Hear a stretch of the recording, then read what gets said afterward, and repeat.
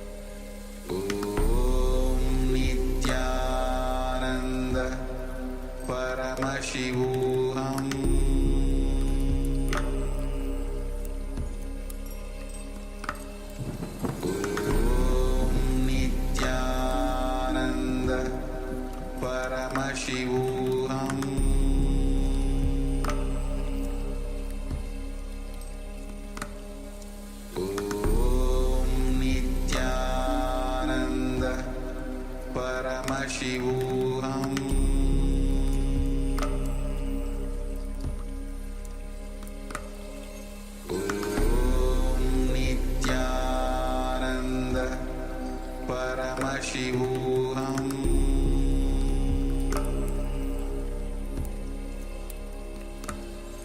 Om Nithyananda Paramashivoham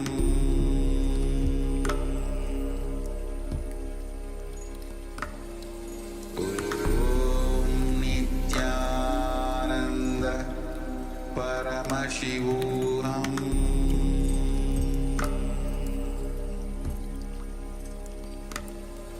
Om Nithyananda Paramashivoham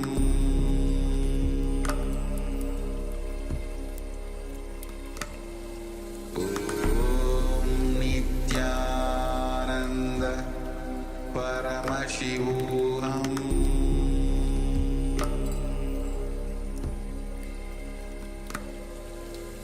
Om Nithyananda Paramashivoham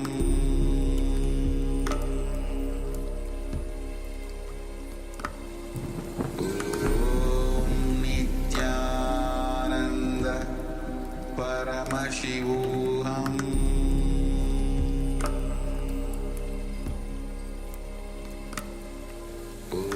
Om Nithyananda Paramashivoham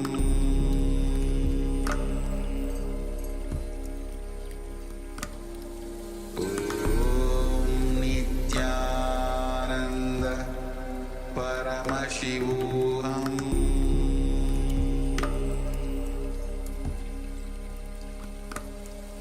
Om Nithyananda Paramashivoham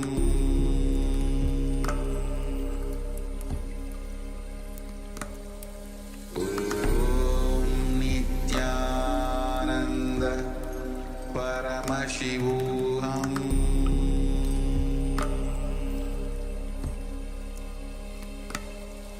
Om Nithyananda Paramashivoham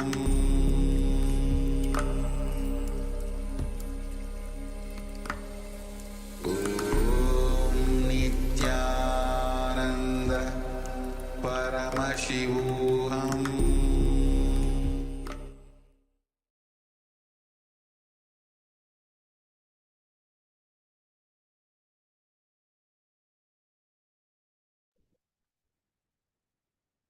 Yes. Now, Start what- sharing. yeah. You can start sharing whatever Swamiji reading for the current.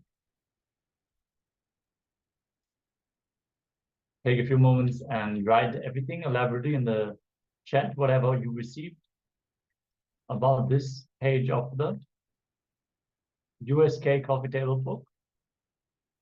And then we're going to project the page and read it out on screen. So you can verify whether this resonates with what you have manifested or not. Just take 1 minute to share, and then we are going to review the content. Normally, Sivang is sharing good morning. Yes, Nithyananda, good morning, ma'am.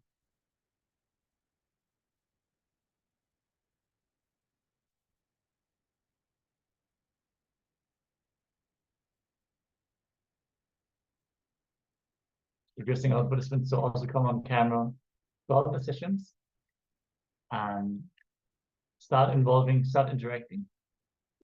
This will make this program much more lively and involved. And this is how we can help you. When you share your breakthroughs, your struggles, your questions, misunderstandings, even if you get something wrong, if you share that, then we can shine light on that. We can help you. So make sure to participate actively in the Zoom chat as well. Naturally, if you're tuning in from any other social media, you can also share your questions and comments and remarks in the chat. We are happy to read that and respond to you as soon as possible. So now let us project the page number 285 on screen.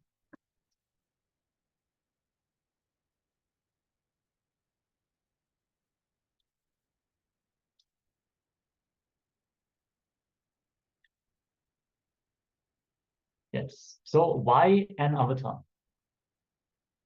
I'm here to give superconscious breakthrough to the whole humanity. This is naturally in Swamiji's word. Just a moment, we're just going to increase this a little bit.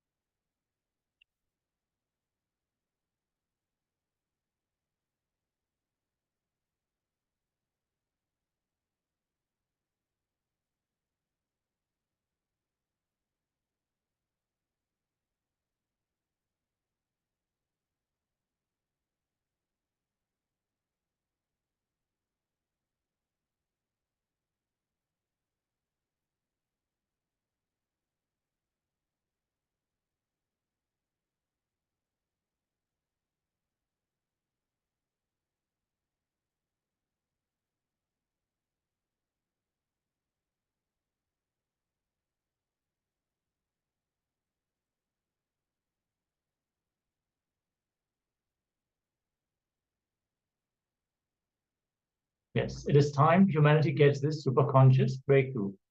I'm here manifesting Kailasa to give superconscious breakthrough to the humanity. On the 7th January 2021, in the presidential address on the Avatara Dinotsavam, whenever there is a serious danger for the Shrishti, the creation, whenever there is a serious danger for the life itself, whenever life needs to be pushed to the next level, whether the DNA needs to have a quantum jump in its natural selection process, or a conscious breakthrough needs to happen, avatars descend. For too long, human beings have spent without having the next level breakthrough. If human beings have spent 1,000,000 years as monkeys to have a breakthrough to become human being, almost 10 times more than that humanity has spent as human beings without having the next breakthrough. Humanity has wasted too much time in wars for land, wars for mind, and wars for man-made wealth ideal. Humanity is in a critical situation. Human beings have created so much of destruction that if we don't have a superconscious breakthrough now, we may cease to exist. Humanity needs a superconscious breakthrough now. From the 11th December 2018, it's just that's a happening of the avatar. What is superconscious breakthrough? The consciousness which embodies the body and mind needs to start operating in the next level of frequency. A new body, a new mind, a new internal and inter-organs need to be built for a new being to manifest. To give this superconsciousness breakthrough, the avatar has happened. And why do we need an embodied avatar? The cosmic superconsciousness need to descend in the embodied form to initiate humanity to give that next level breakthrough. Embodied beings can only receive the superconscious breakthrough from an embodied being. Thus, it is the utmost compassion of the avatar to descend into the physical frame to raise humanity to the next level. In Srimad Karanagama, it extols the great science of a descent of an avatar and how Paramashiva in his Avyakta, the unmanifest form, manifests into his Vyakta, the manifest form of the avatar. It says, Ityevam Nishkalam Proktam Param Bhavamiti Spritam Srishtitham Lokashrutam Lokasyopati Karanam Sadhakanam Itatham Tu Swechaya Grahate Tano. In the way Shiva, who's Nishkala without any body and parts, who is the ultimate supreme being, who is established in the creation, who is the cause of creation of the universe, assumes a body out of his free will for the protection of the universe and for the welfare of the spiritual seekers and devotees. This is from Srimad Karanagama, Purva Bhaga, Patala 71, Sakalopati Vidhi, Sloka 8 and 9. Yes, so you can resonate anything about the landing of the avatar, or a lot of the context about avatars really was contained in this page. If you have any of the words picked up, let us know and celebrate your power manifestation as we are now getting ready to enter into the next segment of the day.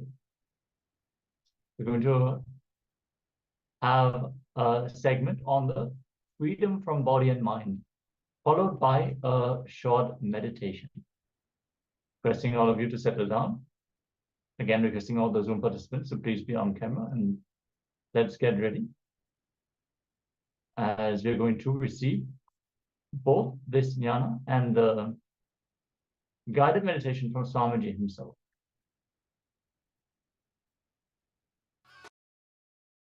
So whole campus we went round. It was such high energy.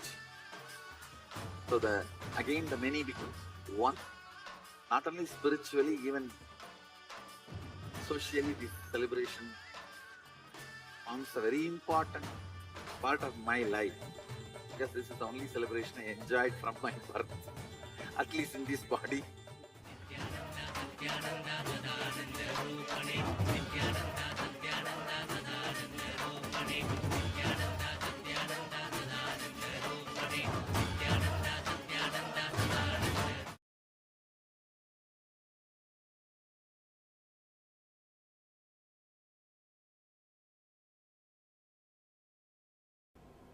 Please understand how our mind works, how we process information, how we perceive things, how our senses perceive information, and how you take decisions, how you move in your life. First, for example, you are seeing something through the eyes.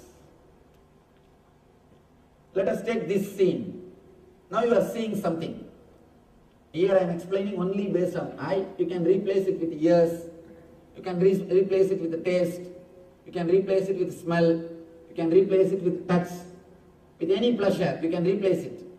Here I am giving an example of eye. And this scene. Let us take the example of this scene. You are seeing me. First,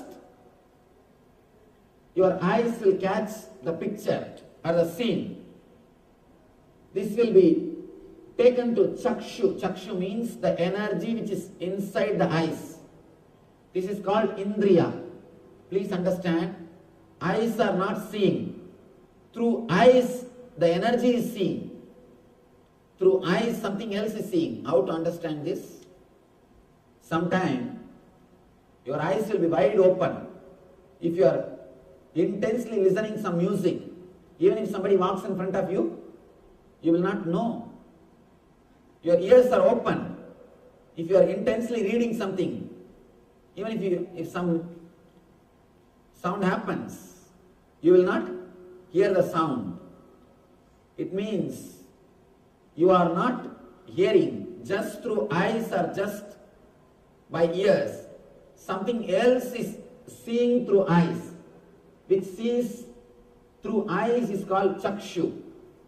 The whole file goes to chakshu. The picture or the scene which you are seeing will go to chakshu. In chakshu, the important process happens. The whole file is converted into digital file. I am speaking in the computer language. Understand? The whole thing is converted into digital file. It's almost like a DSP, digital signal processor. The whole thing is converted into digital file. Inside the computer, if you have to process any information, it has to become digital file. Whether it is a picture or whether it is a sound, it has to be converted into digital file. Same way, inside, if the process has to happen, means the whole thing has to be converted into biosignal file, digital file. The file processing happens in chakshu. Whatever scene you are seeing now, that picture will be converted into digital file in chakshu. That file will now go to chitta, memory. It will go to memory. In memory, the process will start happening. What is this I am seeing? What is this in front of me? first thing in memory, you will start analyzing and negating things. This is not this. This is not this. This is not this. That na iti, that will start happening in chitta.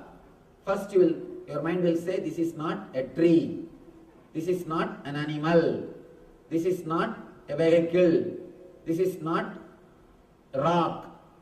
All these things, that na iti, that this is not, that process will happen in chitta. Once that this is not happens,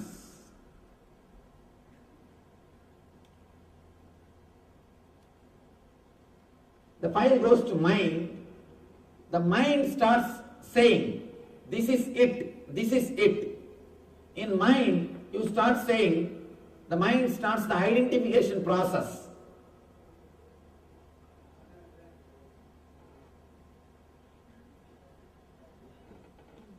This is it. Your mind starts saying, I am seeing a man standing with a kavi cloth. He is a Swami. He is teaching Gita. This is it. That identification will start happening in mind. Then the file goes to buddhi, your intelligence. The intelligence does the process. What is there between me and this scene? What is the connection between me and the scene? What way I am related to him? What way now I am related to this scene? Your buddhi will start analyzing with all your earlier experiences. Last 4 or 5 days I attended. It was really nice. I think it's really nice. Or if you think, no, I wasted my time yesterday itself. This is not worth. Some decision your buddhi will take. Your buddhi will say, some way it will respond, whether it is right or wrong, whether you liked it or not. Some way your buddhi will give the response, and now the whole file will go to ego. According to the buddhi's signature, the buddhi will write in the file, yes or no. Buddhi will write in the file, yes or no. This is what, according to my past experience, or this is what my analysis, this is what is my decision. Whatever buddhi feels will be signed. The whole file will go to ego. Ego will deliver the command. Ego will say, if buddhi says yes, if buddhi says, I enjoyed yesterday, it was such a wonderful experience, and ego says, sit here, continue to listen. Listen intensely. Ego will give command. If buddhi says, no, yesterday itself I wasted my time, it was boring, and this is not for me. If ego says, if buddhi says, this is not for me, immediately the ego gives the command, come, let's move. There is so much of work to be done in the house. The moment ego gives the command, automatically your whole being starts executing it. This is the way you receive information, you process it, and you respond. The information comes, the processing happens, and the response is given. This is the way our senses work. Now, Krishna says an important point, an important thing. Let me now explain. Tada manapamanayo. For one who has conquered the mind, the super soul, Paramatma, is already reached. The eternal bliss is already achieved. For he has attained tranquility. To such a man, happiness is distress. Happiness and distress, heat and cold, honor and dishonor, all are same.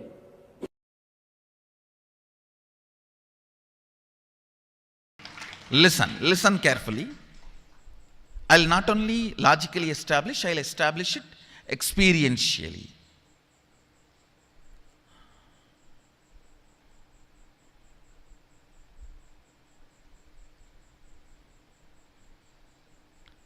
If you just internalize this thought current, you will experientially experience how all these are modifications of your own Atman, self.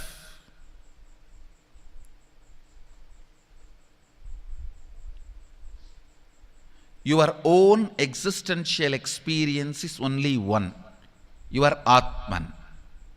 Everything else is your perceptual experience. Listen carefully. Gold, in its pure metal form, maybe in the form in which it is available for all of you guys to get to see, the biscuit form, pure 999.999 purity, something will be printed on it, it will be like a biscuit form.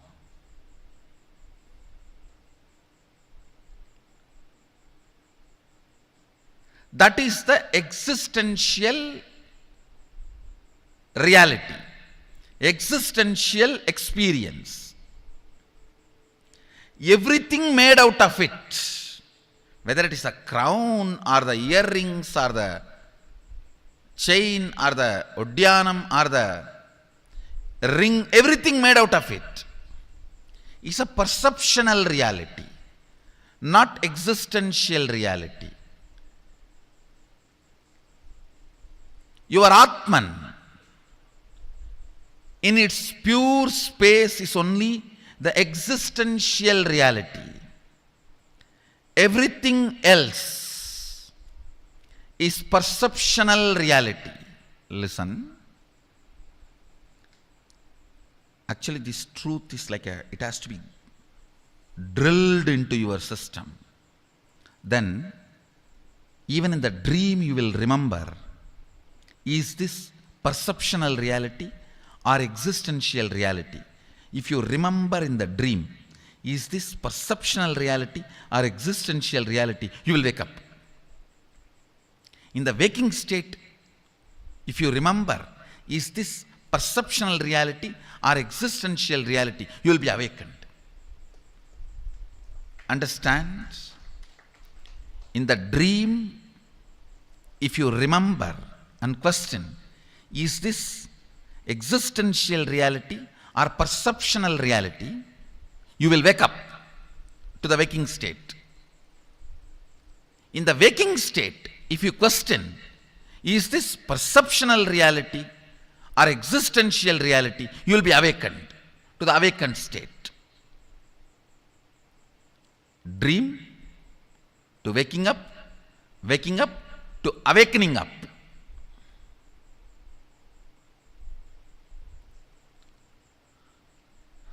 This verse need to be chewed.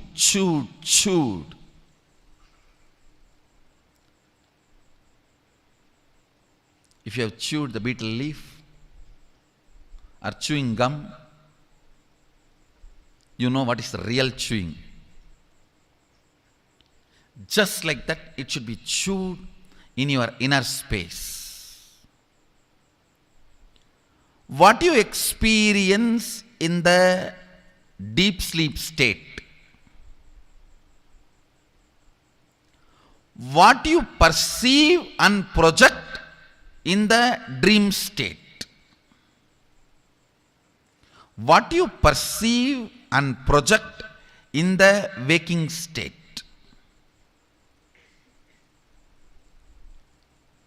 about all these three, you should start drilling. Please understand. I am going to give you some conclusions, some understandings from my Atma Pramana, which is in tune with Apta Pramana. You should go on with chewing that. Then it will become your Sakshi Pramana. Listen carefully.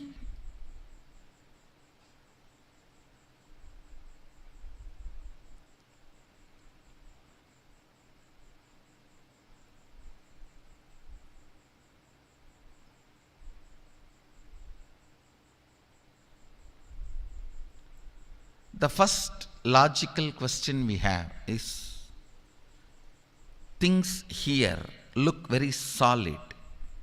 If I hit the wall, I feel the pain. If somebody touches me with a lot of love, I feel cared. If I put something in the mouth, the taste is felt. So here things are more solid. But in the dream state, it is not. Listen. Actually, in the dream state also, if you dream as if you are falling, you will experience fracture in the dream state. How many of you had the dream you have fractured yourself? Raise your hand. That's all. When you wake up, the fracture does not exist. It's different. But in that state itself, as long as you are in that state, there also everything is solid. Everything is solid, just like this state. When you are in the waking state, how you feel everything is solid. That is exactly the way, precisely, it is felt in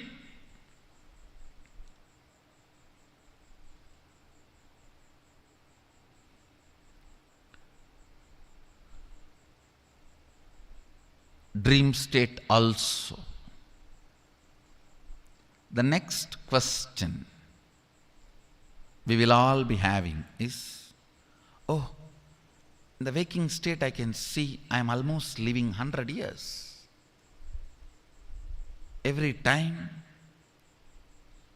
when I am 40, when I am 50, when I am 60, when I am 80, when I am 90, it is all same. Consistent. But in the dream state, it doesn't look like that. Every day when I go back to the dream, it is different. Listen. Listen carefully to understand this question. How many of you have dreamt in one night itself, you are writing examination and you are getting married, then the nightmare you wake up?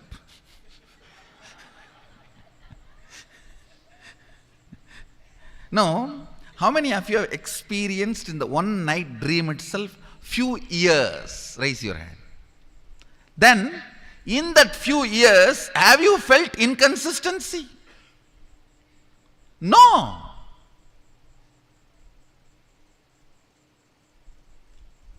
So who knows, this whole 100 years is not one night dream. Maybe you are writing examination, you are getting married, and kid, meeting the master, he roars in the dream, and you wake up, oh, who knows, suddenly now you may wake up and say, whole thing was dream, Swamiji. Listen, perception of time, perception of stability is not existential, it is perception, because how you feel the time looks very solid in this waking state. You feel the same way in the dream state, but when you wake up, you understand it was not true as you felt in the dream state. Listen carefully.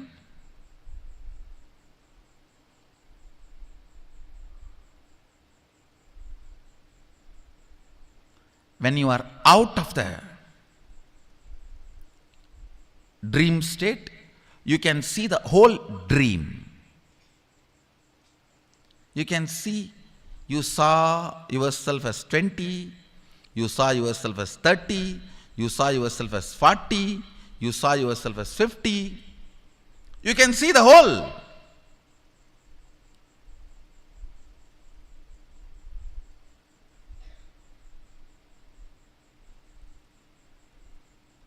Actually, when you are awakened, you can see the whole of this waking state. Suddenly you feel the fear. Oh God, then what about all the plans I did? All my ambitions? I put so much energy, intelligence, and I fought for it. What is this? Suddenly whole thing is dream. No. Even if it is dream, it's okay. I want to live here because I have put too much energy in it. That is what I call pattern. Pattern means not letting your consciousness evolve in the natural flow of the existence. Even if I don't appear to you as a guru, the natural flow of existence, life, is hardwired to remind you by the continuous mild shocks about the true existential experience of life in the form of change. Every time when you lose a relationship or when you lose somebody near and dear one, either you lose them or you lose their love, you are reminded about the impermanence. This whole thing is perceptional existence, not existential existence. This whole thing is perceptional reality, not existential reality. Listen.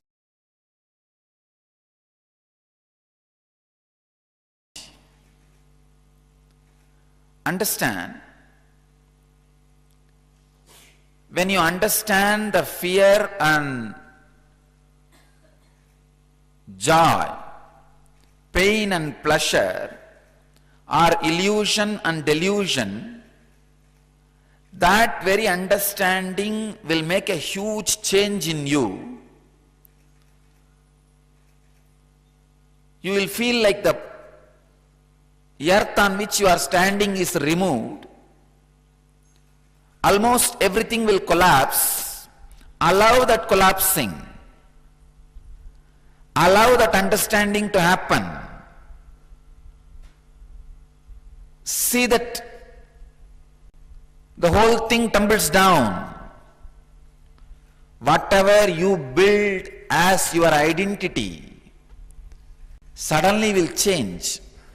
All your strategy planning for your future will suddenly change.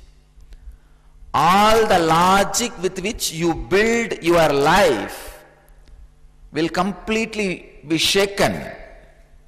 Allow that. Do not have the fear. Then what is reality? Allow this tumbling to happen. Allow this shaking to happen by understanding that our courage, our fear, our greed, our pains and our pleasure all are illusion and delusion. Yesterday I was giving you a beautiful example.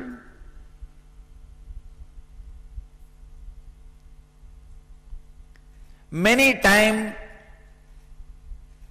life actually tests you. Life actually wants to test your stability, your understanding, your strength. But in a very foolish way, you respond and react and create whole thing as a mess. Please understand. Many times, life really tests you. Do you stand this fear, which is delusion? Do you stand this greed, which is illusion? Or are you going to react in a foolish way and create bigger problems, bigger mess?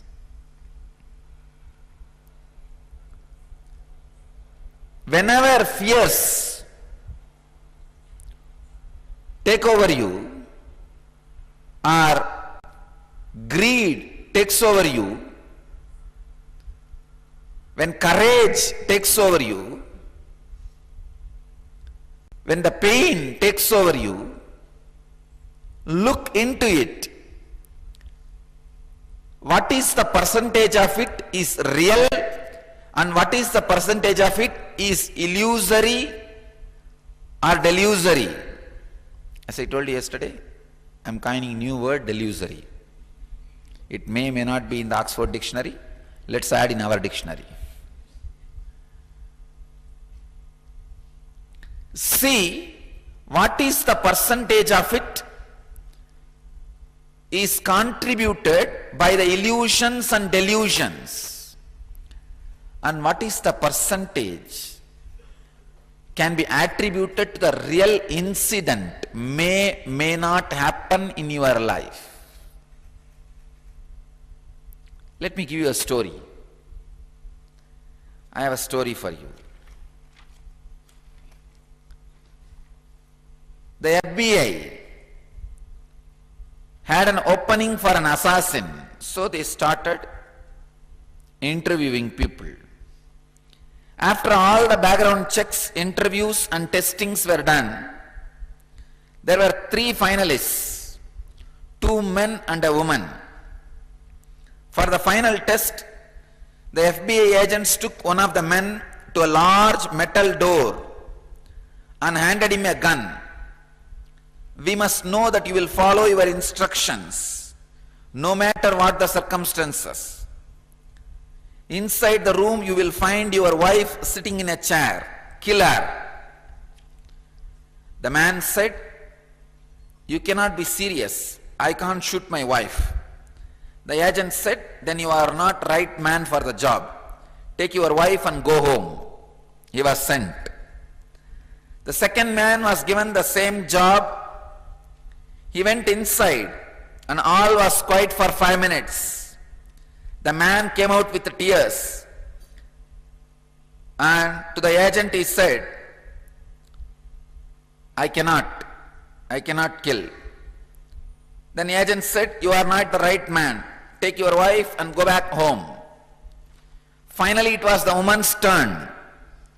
She was given the same instruction to kill her husband. She took the gun, went into the room, shots were heard, one after another. They heard screaming, crashing, banging on walls. Then all was quiet. The door opened slowly. There stood the woman, wiping the sweat from her brow. Agent asked, what happened? She said, this gun is loaded with blanks. So I had to beat him to death with the chair. Many times life gives you the gun with blanks to test. But unfortunately, you make mess. Stand and see when the wave of fear takes over you, when the wave of greed takes over you, when the wave of courage takes over you, when the wave of pain takes over you, wait. look, see, what is the percentage, the possibility of delusion and illusion? What is the possibility of the real incidents which may not happen, and how this fear is going to impact your ability to handle the real incident if it happens.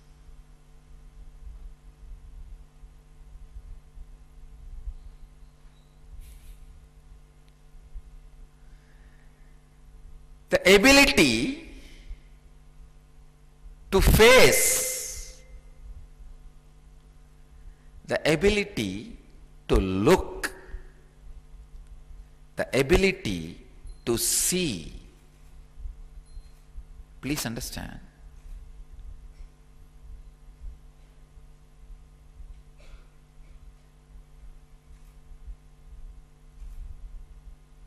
Ability to look without being bothered what is reality. Please understand, the moment you have the fear, the questioner, the fear which this questioner is having, what is reality, Swamiji? Means you don't want to let go these delusions and illusions. Don't bother. Let go. Let go. What is reality will flower in you. Allow that flowering. Now don't bother. Now don't worry too much about it. Allow the delusions and illusions to be removed from your inner space. You will see the real incidents, which is reality, will never hurt you.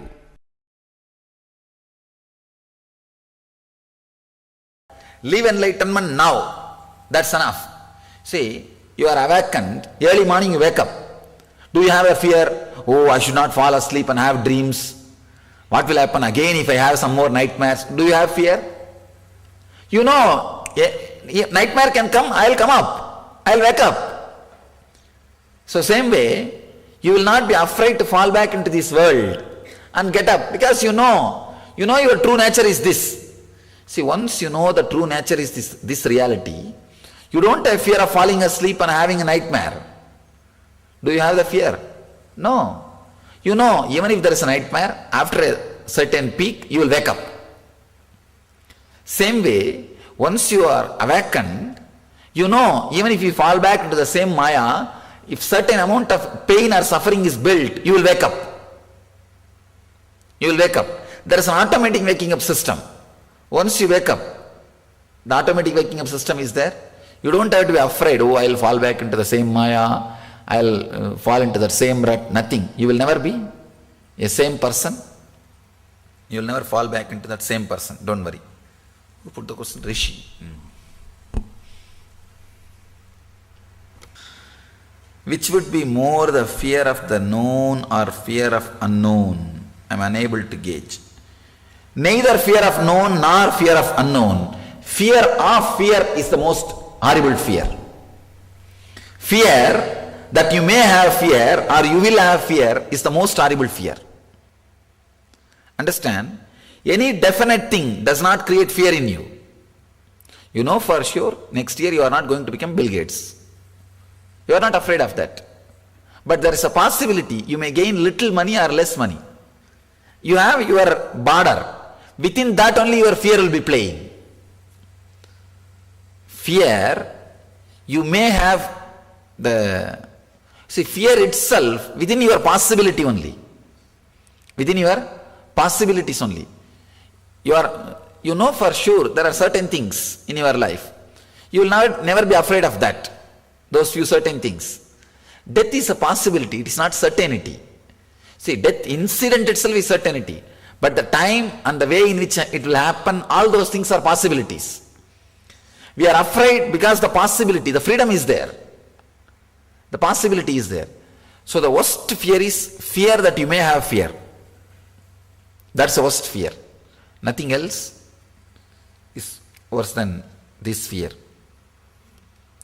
Known, unknown, even known things can create fear. Even unknown things sometimes may not create fear. But the fear that you may have fear. Afraid of fears, that is the worst fear. Especially these phobias and all is fear of fears only. The moment you have an idea you may have this phobia, you will start having that effect of that phobia.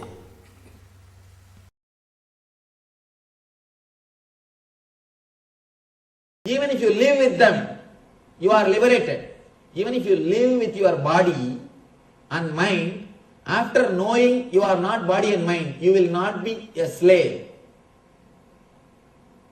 Please understand, slavery, the word slave can be used only as long as anything goes against your will. After knowing the body and mind, even if you live with the body and mind, you are not slave. You are not slave.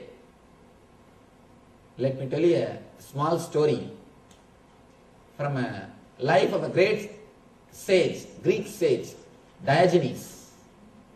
It's a great enlightened master. One day, a group of warriors, they wanted to arrest him and sell him in the slave market. He used to be so graceful. They thought, if we can capture him and sell him in the slave market, we will get a good money. We will get a lot of money. They prepared some 5-6 guys with all the weapons, with all the preparation. They are approaching him to attack. I don't know, it is attacking us now. Hey, what's happening? This group of people, they go and try to attack him. They were surprised. If he has responded, naturally, they wouldn't have felt surprised. It is usual. They went with all the preparation to capture him. They were shocked, surprised because he did not attack them. He just kept quiet. And he said, "What do you want?"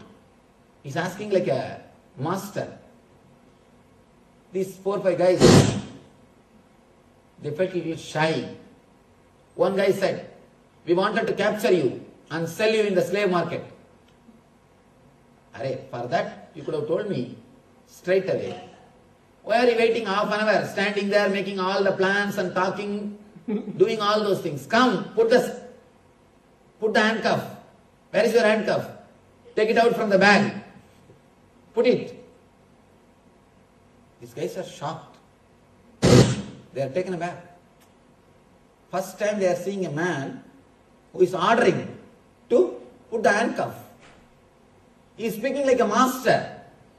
He says, "Put the handcuff." Still, why are you waiting? You could have told me directly, I would have come. Why are you still waiting? And finally, somehow they took out the handcuff and put in his hand. And then the other end in their hand. They tied in their hands. He said, "Don't you believe me? I am myself telling you to put the handcuff. Why are you tying with your hand? Come, let's go. Where you want to sell me, take. But be very clear, don't run away from me. Don't run away from me." This people who have caught him, they are now little frightened. They are not able to understand what is going on. They are not able to understand what is happening. And slowly, they started feeling small. Diogenes says, "Fools, I know the knack or the technique of freedom. I have already experienced the tremendous inner freedom. So I know nothing can bind me. Try your best to play your game. Let us see where it leads." And he walks. And he walks on the road like a king. And these guys are walking like slaves. People are standing in the road. When they saw him, he said, They are all my slaves, they can't leave me. They are all my slaves, they can't leave me. One guy is asking, hey, you are only slave, we are not slave. He said, you see, don't tell I am your slave. Because even now, if you leave, I will run away. But now I am leaving you. Will you run away? Diogenes says, if you take this handcuff, I will run.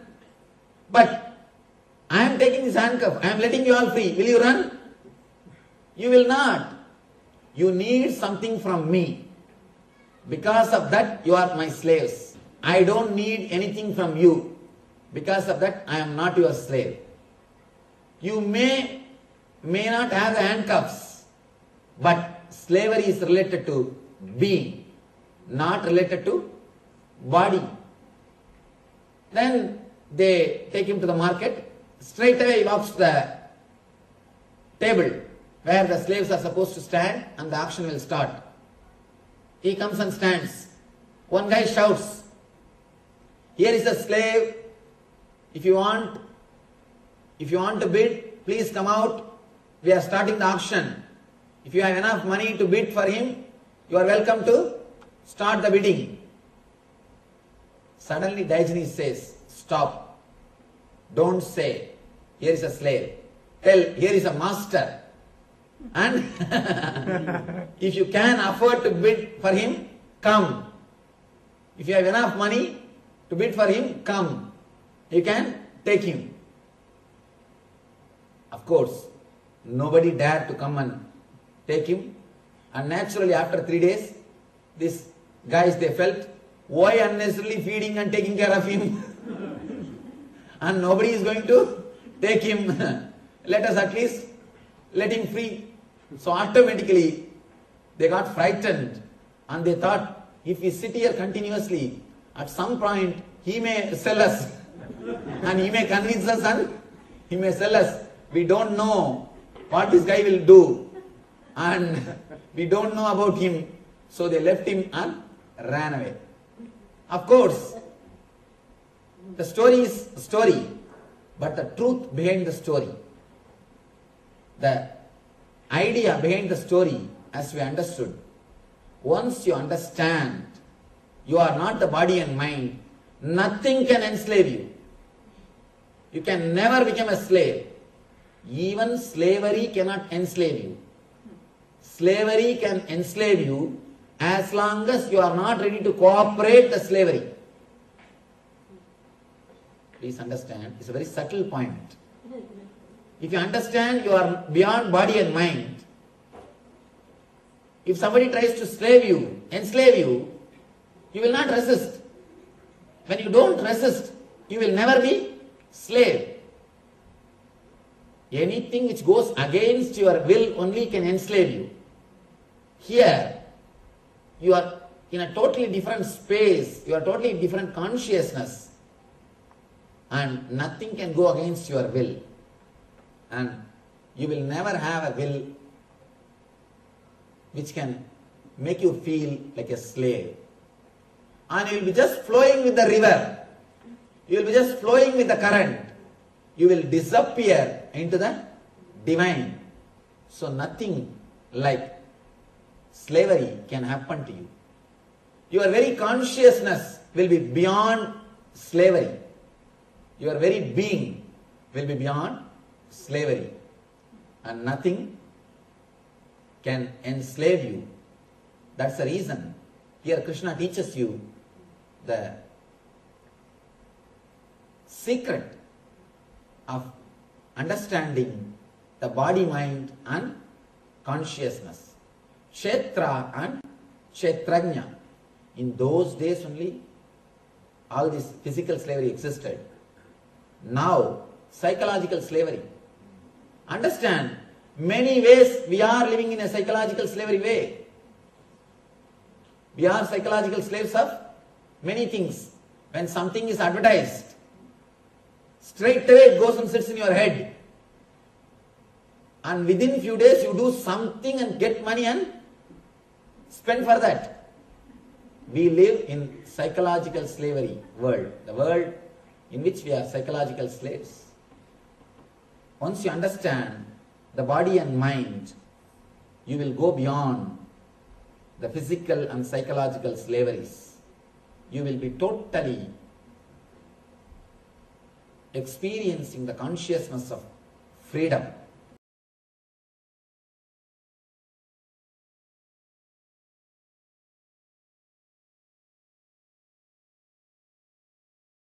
There are different levels from which you can operate the body. One level from fear, one level from greed. The next level is from prana, means life force. Try to operate your body from life force. Let the cognitive shift happen in you. Only then this technique will help you. In this technique, Shiva means is asking you to have the cognitive shift, move the source of your energy from fear, greed to prana. That shift has to happen in you. Only then you will have the sensitivity to flow with the body. Then you will understand moving your body is a pleasure. It is not pain. When you understand moving your body is a pleasure, you start working more and more. You become really productive. Not only productive for society, you start feeling the fulfillment. You start realizing you are living your life intensely. You are living your life intensely. In India, I have seen, especially in the villages, elders, they feel pride. They don't feel they are unwanted. Still I have seen 80, 90 years elders, they don't feel they are unwanted. The other day, one of our devotees in America, she was telling me, Swamiji, here we have to compete with youngsters. Whether it is job or anything, we have to compete with youngsters. One elderly lady, one of our devotees, she was telling me, we have to compete with youngsters. We have to prove ourselves up to their level. And in India, I have seen people, elders, they don't feel they are unwanted. They feel they are respected. And not only that, they feel a tremendous pride and grace because they lived their life intensely. Whoever has not lived their life intensely, naturally they feel the unfulfillment. They go on cursing their sons, grandkids, the mother-in-law, daughter-in-law, constantly they curse everybody. They say, this fellow has not taken care of me, that fellow has not taken care of me, he ran away to that country, he ran away to this country, he is not around me. You curse others only when you have not lived your life completely. If you lived, if you are alive, you do not bother about others. You do not curse about others. If you have just survived, then years have passed, but you never had any intense experience in your life. Just a mediocre life. What you achieved in your life? Had one car and house and paid mortgage to that car and house, that's all. Bought a house, bought a car, paid mortgage to that car and house, 30 years over. Nothing else. Your whole life can be written in 3-4 sentences. People come and ask me, Swamiji, why in all graveyards the date of birth and date of demise is written? Birth and death. Why these two are mentioned? I tell them, nothing much has happened between the two. In many lives only that two has happened. Nothing much has happened between the two. So there is nothing else to mention. There is nothing much to mention. That is why we speak only about birth and death. Our life, if it is driven only by fear and greed, greed means birth, fear means death. You will end up only from birth to death. Never the life will happen to you in between these two. If you move and start moving your body for no reason, without the root of fear and greed, only then you will experience life, prana itself. Unless you experience prana, this meditation is not going to work for you. If you if you are interested doing something, if you are a painter, if you are a dancer, if you are an artist, this meditation is for you. If you do some voluntary service, this meditation is for you. Shiva gives so many different techniques for so many different people to use in the so many different situations of the life. This is the technique for the people who move their body for no reason. When you are walking, if your hands are flowing, if your hands are moving for no reason, when you are sitting, if your hands are flowing for no reason, when you are working, if your body is flowing for no reason, when you are laughing, if your whole body is laughing, then this meditation is for you. This is for you. If that is not happening in you, try to come up to that level first by doing some social service. Some service which does not bring you money, name and fame or status. It should not bring you name or fame. Even if it brings name or fame, you will start calculating. You will start thinking, how can I have that name without going there today? How can I do that without going there today? We will start becoming intelligent. We will start becoming calculative. No, that is not going to work. Where you can experience the space beyond name or fame or money. At least half an hour. Then you will understand how to move the body without fear and greed. Here, Shiva gives a beautiful technique. Let's see the technique itself. He says, are moving in a moving vehicle, rhythmically swaying. Next time when you are traveling in car, maybe from here to the house, just sit in a relaxed way. If you are driving, better don't try. If you are not driving, first thing, just feel relaxed. Try to feel how your whole body is positioned inside the vehicle. First step. Next, do not think you are only filled in your skin, inside your skin. Just jump out of the skin. Feel the whole car is you. Feel you are connected to the whole car. The moment you feel you are connected to whole car, you will start relaxing. Please understand, as on now, you are always against everything. Whatever is around you, you are against it. You resist it. Just take few minutes and feel you are filled. You are filled in the whole car, or you are filling yourself with your whole car is filled by you. The moment you start visualizing the whole car is filled by you, you will stop resisting to the car's movement and your body movement. You will not resist the movement of the car. Third thing, feel just like a car, you are also flowing in the same speed. You are flowing because you are car.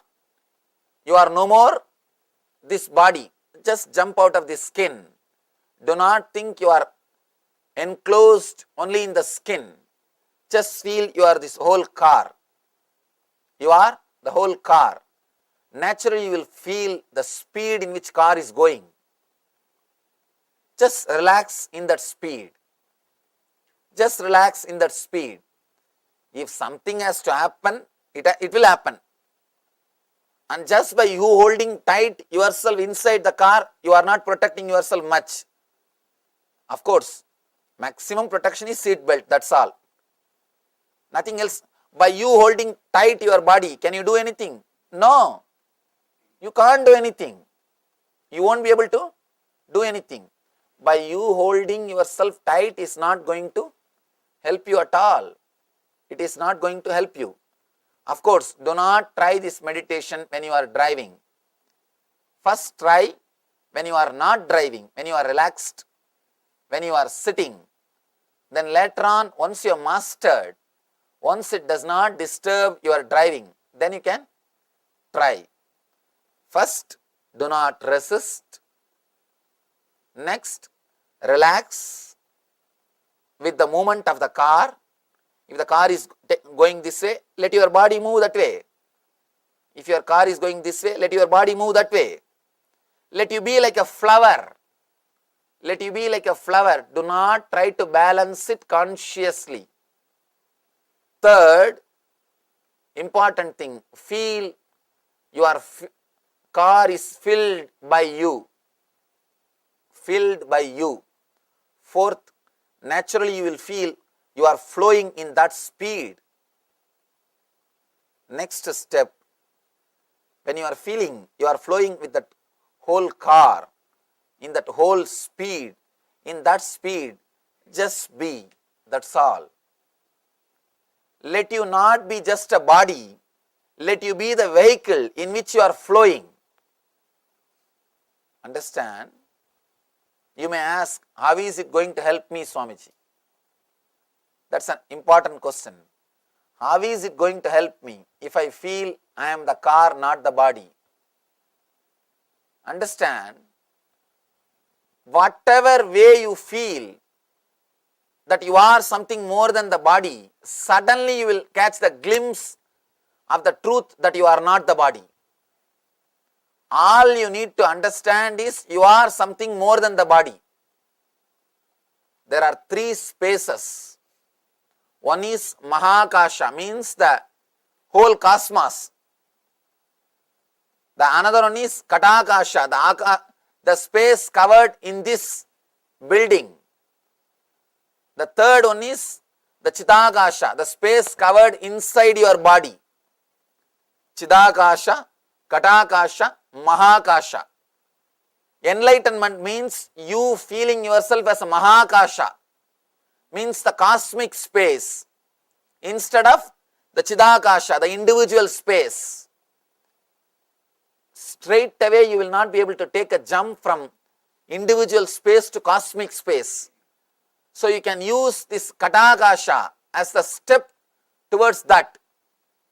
If you feel, instead of feeling you are just a body, if you feel you are the vehicle in which you are sitting, you are taking one big jump so that you can take the ultimate jump.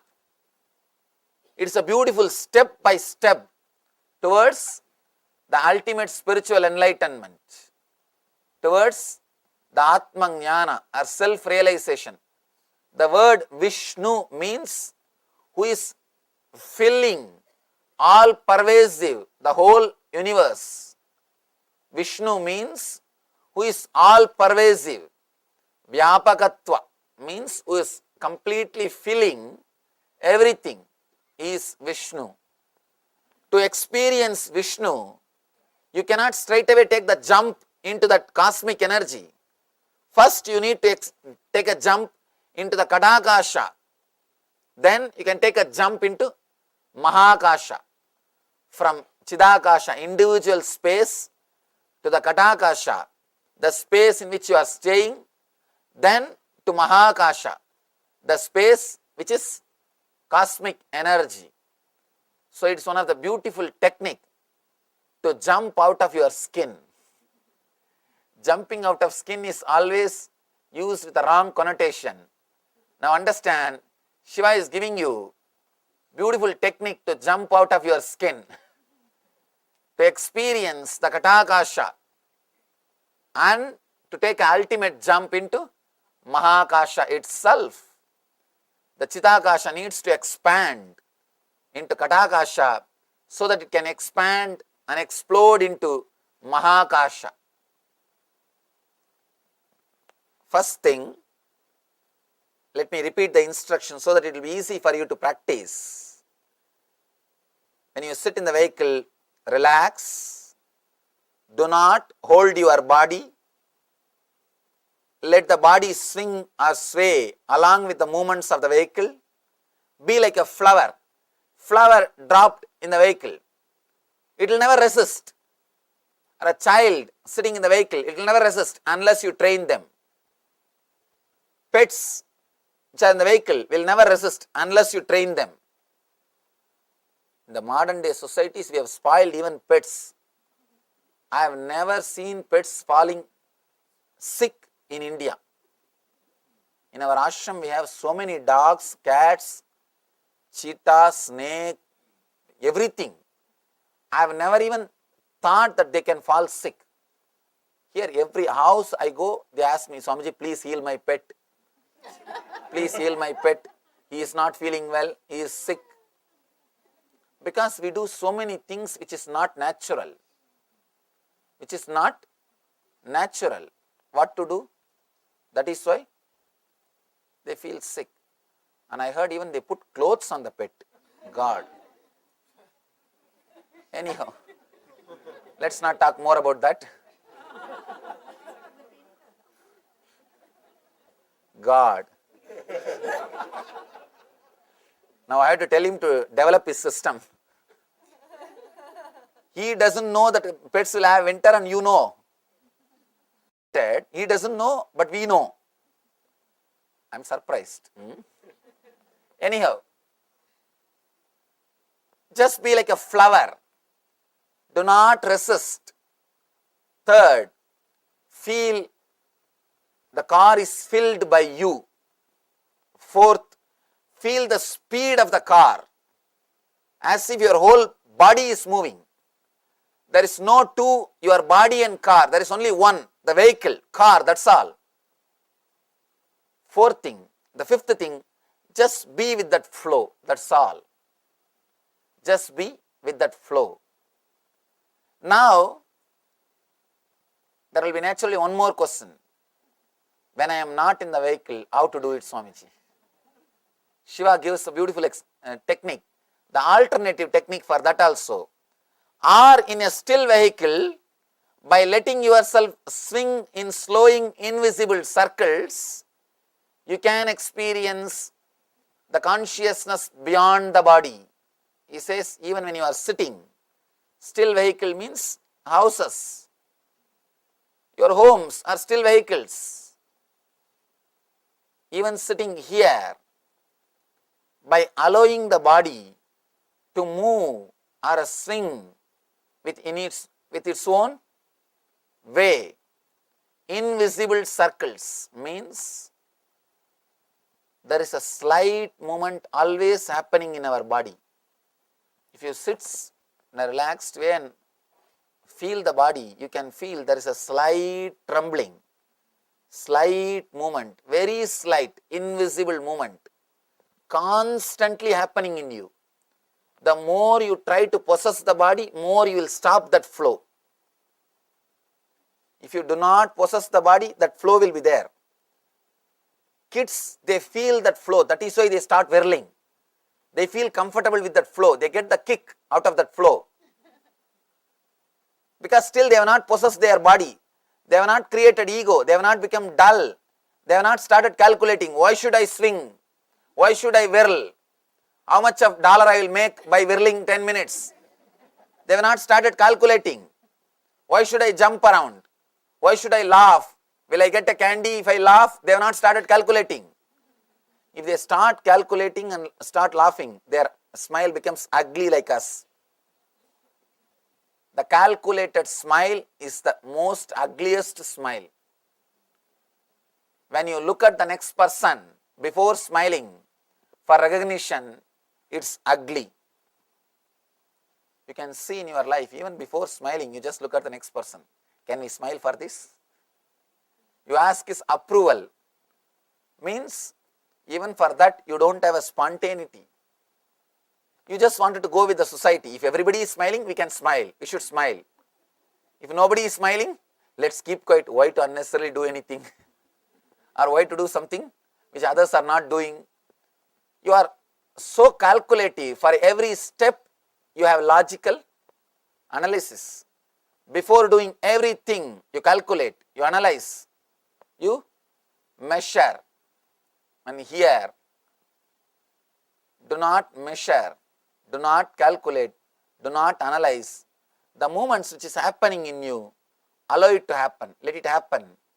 In an invisible circle, if you close and see inside, you can see a slight movement, always happening. Always happening. Just be with that moment. Allow that moment to happen. And whenever you allow that moment to happen and meditate on that moment, suddenly you realize you are not a solid body. You are a flowing energy. Experiencing you are a flowing energy is what I call enlightenment. Shiva consciousness. Ultimate experience. Suddenly you realize you are not just the body, you are in the body. You are in the body. So now let you have a small break of 10 minutes. We will come back and practice this meditation to disengage ourselves from the I. Let us experience the technique of Shiva.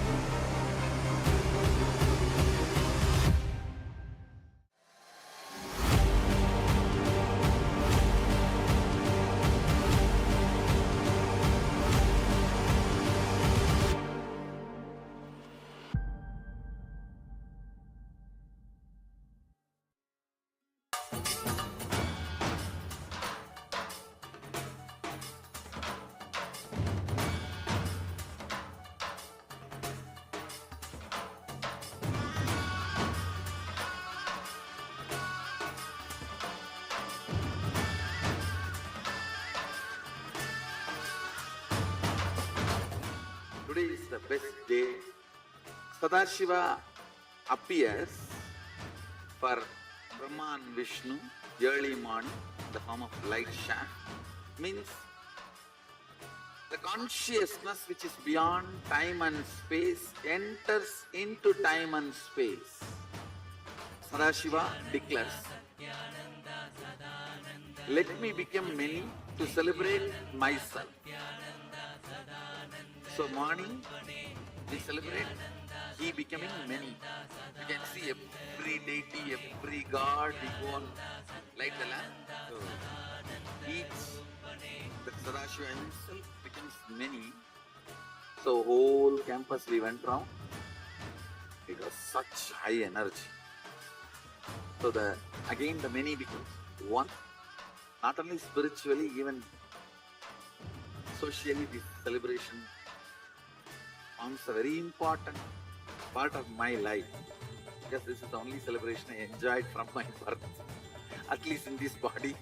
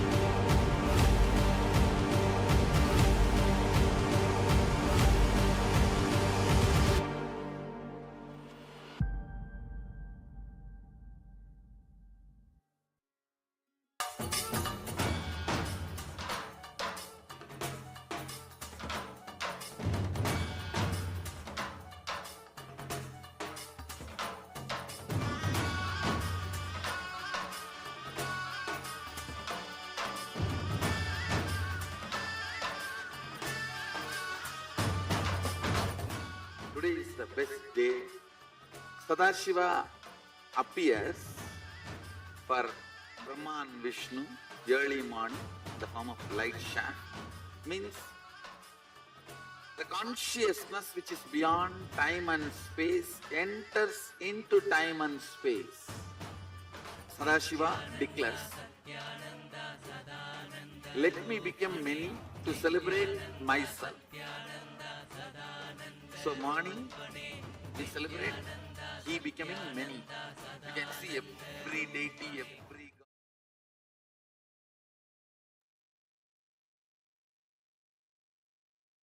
Yes. We have learned about Swamiji to learn from Swamiji how to go beyond body and mind. I hope you all enjoyed the powerful meditation. So let us now internalize on this very principle. Once you understand the body and mind, you'll go beyond both the physical and psychological slaveries. You will totally experience the consciousness of freedom. When one experiences the expansion of joy, of savory, arising from the pleasure of sweet eating or drinking, one should consciously bring the restful awareness at that perfect space of bliss and become the taste of the food. Then there happens the supreme bliss, the state of Sadashiva, which is explained in Vijnana Bhairava Tantra, Sutra 72. Krishna says an important point for one who has achieved the supreme bliss. For him, happiness and distress, heat and cold, honor and dishonor are the same. The ability to face, the ability to look, the ability to see, ability to look without being bothered what is reality. Understand? If you actually know what is not you, the moment you know what is not you, you are liberated.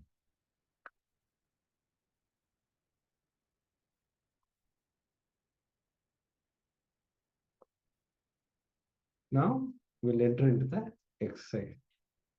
You will work on what is not you. Let's pen down this. For an example, if it is your house, that is not you. It is the house. If it is luxuries, that is not you. It is luxuries. If it is name and fame, that is also not you. It is just your name and the fame which can come and go anytime. And if you have a hotel business, that is also not you. Like this, you are going to pen down everything which all are not you. But still you think that is you. That is the problem. You identify yourself with many other things and think that it is you. Now, pen down what all is not you.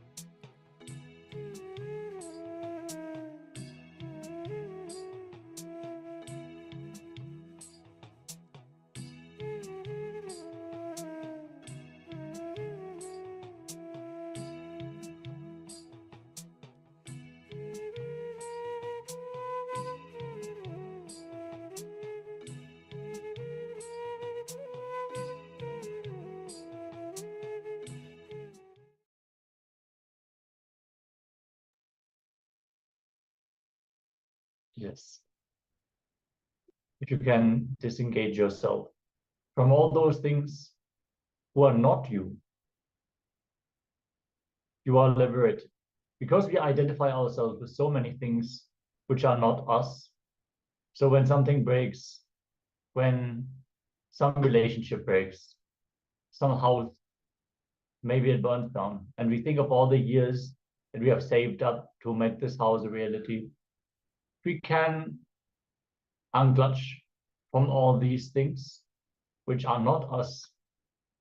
We are liberated from the pain and suffering that comes along with them.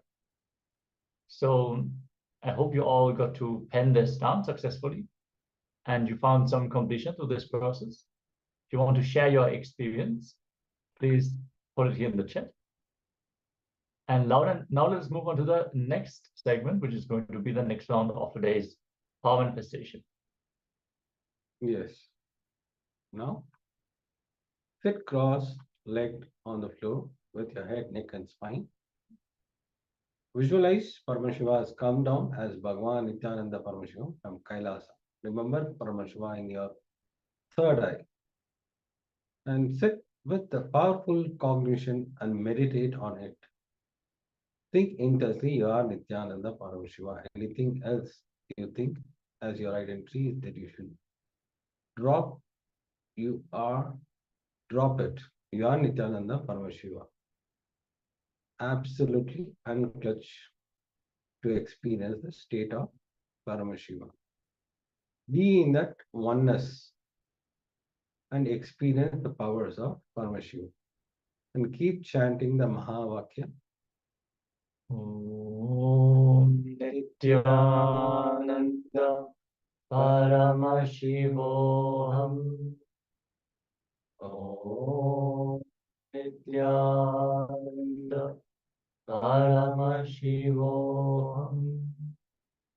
Om Nithyananda Paramashivoham.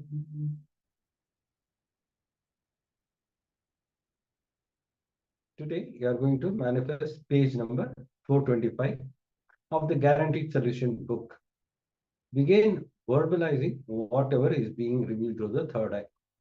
We'll give you some time. Just meditate on it. Surely, you will manifest this power. Just needs your surrender. Deep surrender to Swamiji. Start chanting the Mahavakya. Mahavakya is the key to manifest this power. So, keep chanting the Mahavakya intensely. Let us enter into this power manifestation. Nithyananda Paramashivoham.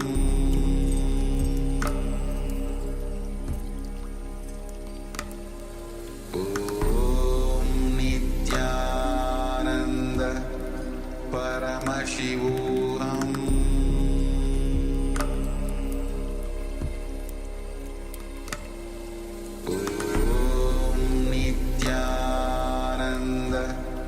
Paramashivoham.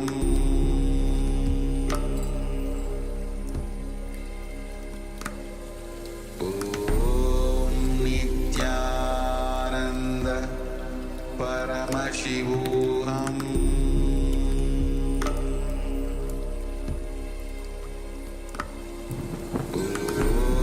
Nithyananda Paramashivoham. Paramashivoham.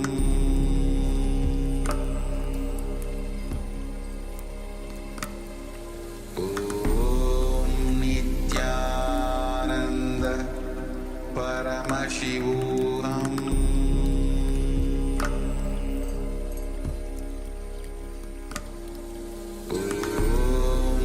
Nithyananda Paramashivoham.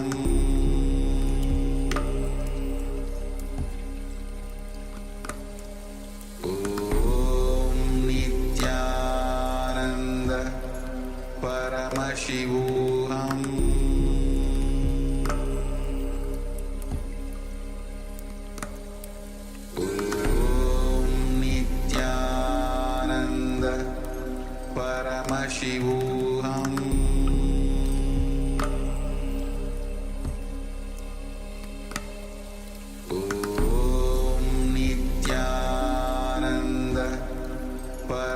Paramashivoham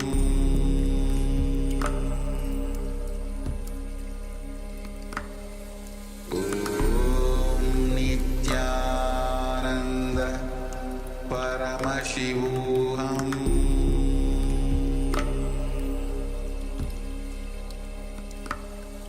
Om Nithyananda Paramashivoham Paramashivoham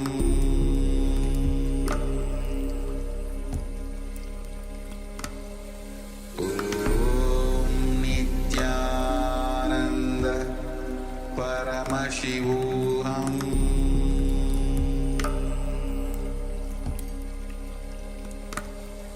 Om Nithyananda Paramashivoham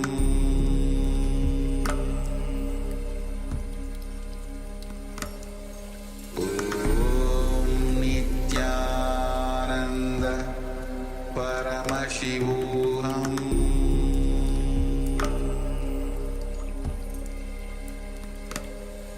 Om Nithyananda Paramashivoham Om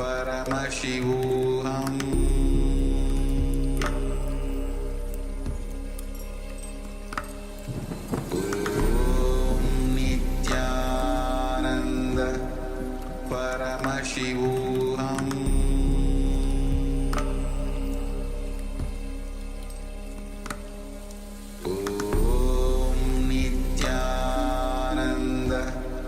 Paramashivoham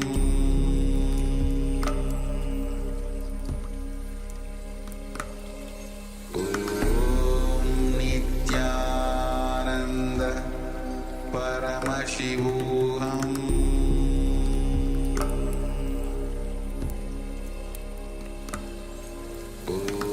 Om Nithyananda Paramashivoham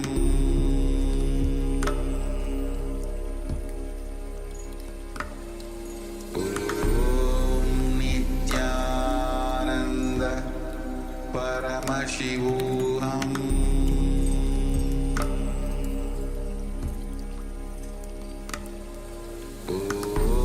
Om Nithyananda Paramashivoham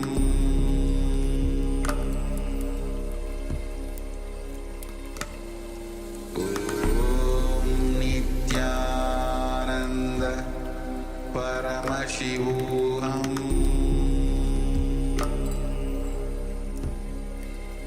Paramashivoham Om Nithyananda Paramashivoham Om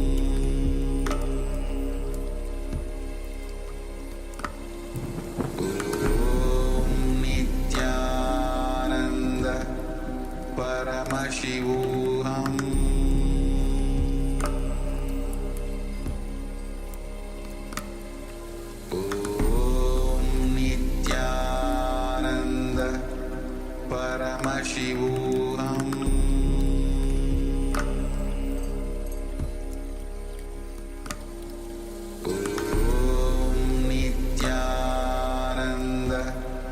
Paramashivoham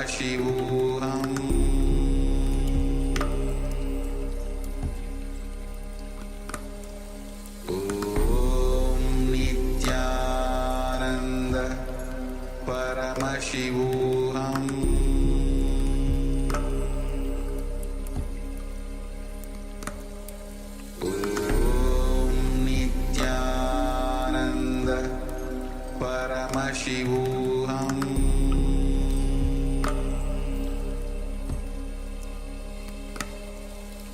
Om Nithyananda Paramashivoham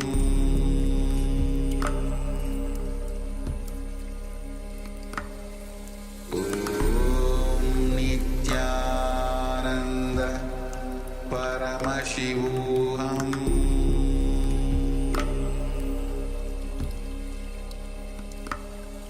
Om Nithyananda Paramashivoham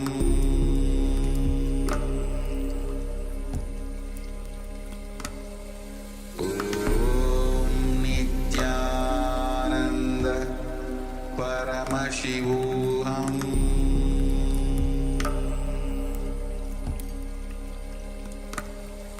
Om Nithyananda Paramashivoham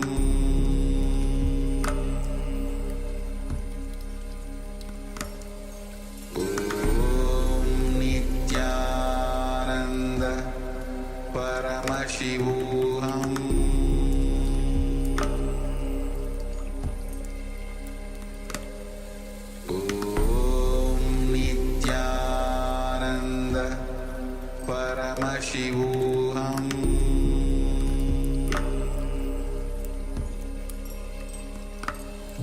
Om Nithyananda Paramashivoham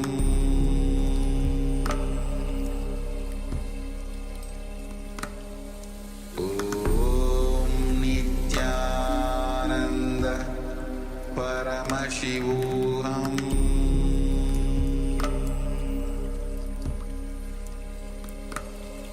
Om Nithyananda Paramashivoham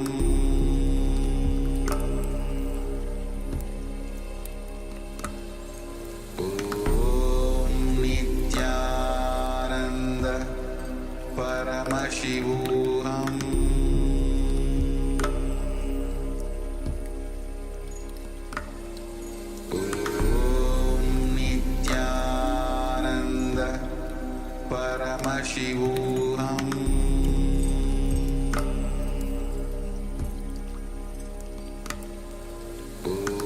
Om Nithyananda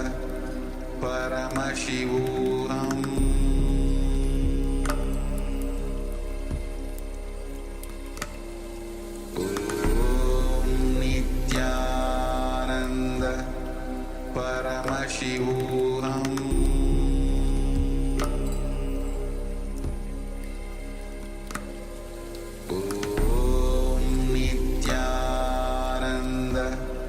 Paramashivoham Om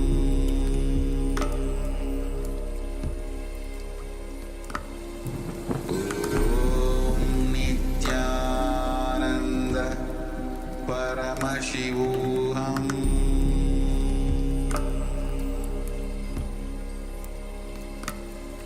Om Nithyananda Paramashivoham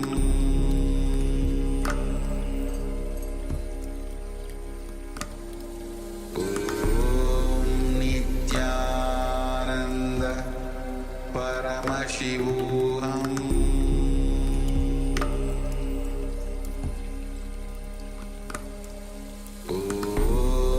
Nithyananda Paramashivoham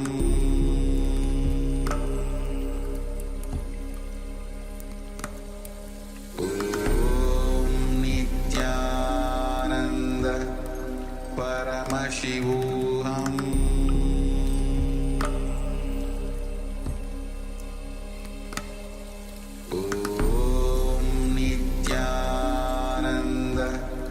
Paramashivoham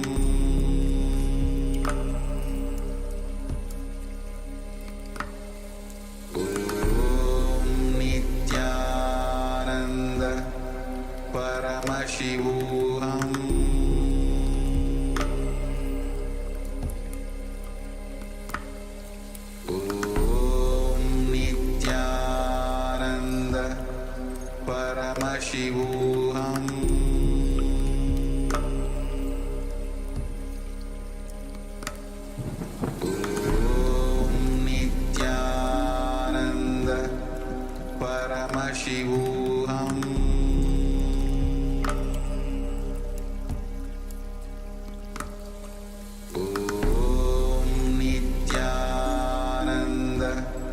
Paramashivoham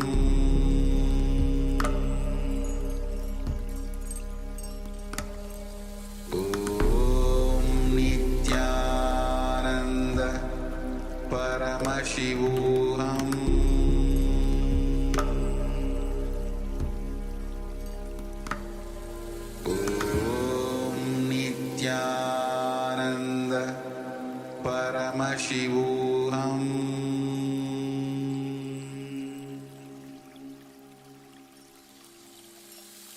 I bless you all.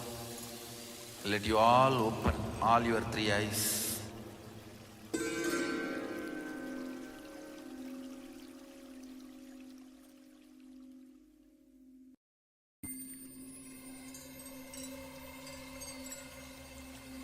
I welcome you all with my love and respect. Let you all open all your three eyes. Om Nithyananda Paramashivoham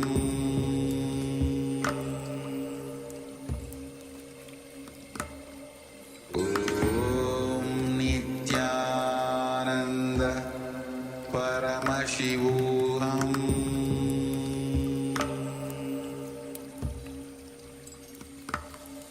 Om Nithyananda Paramashivoham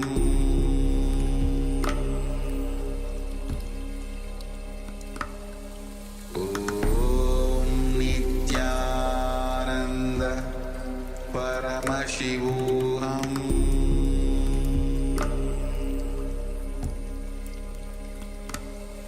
Om Nithyananda Paramashivoham Om Nithyananda Paramashivoham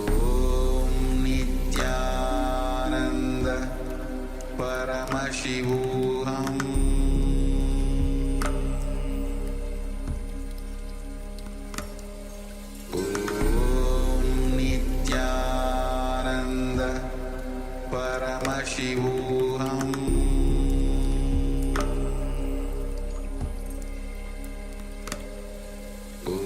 Om Nithyananda Paramashivoham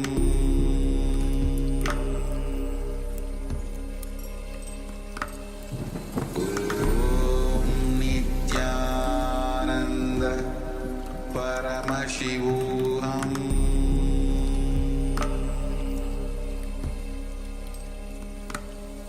Om Nithyananda Paramashivoham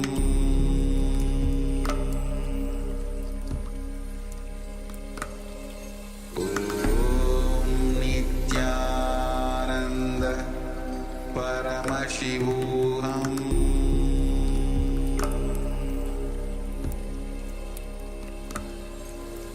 Om Nithyananda Paramashivoham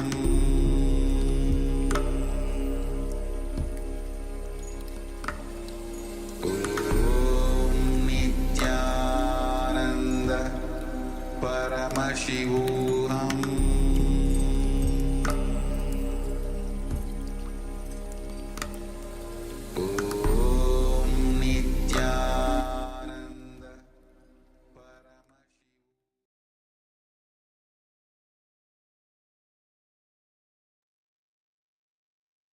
Yes. Now, whatever Swamiji manifested through the third eye, whatever you've seen on the page number 45, you can put it in the chat.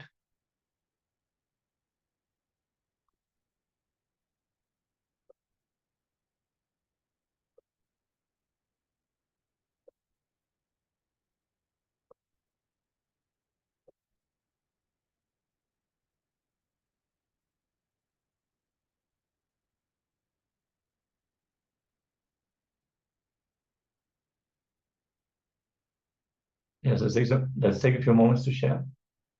And then we're going to project the page on screen for all of you to verify your power manifestation.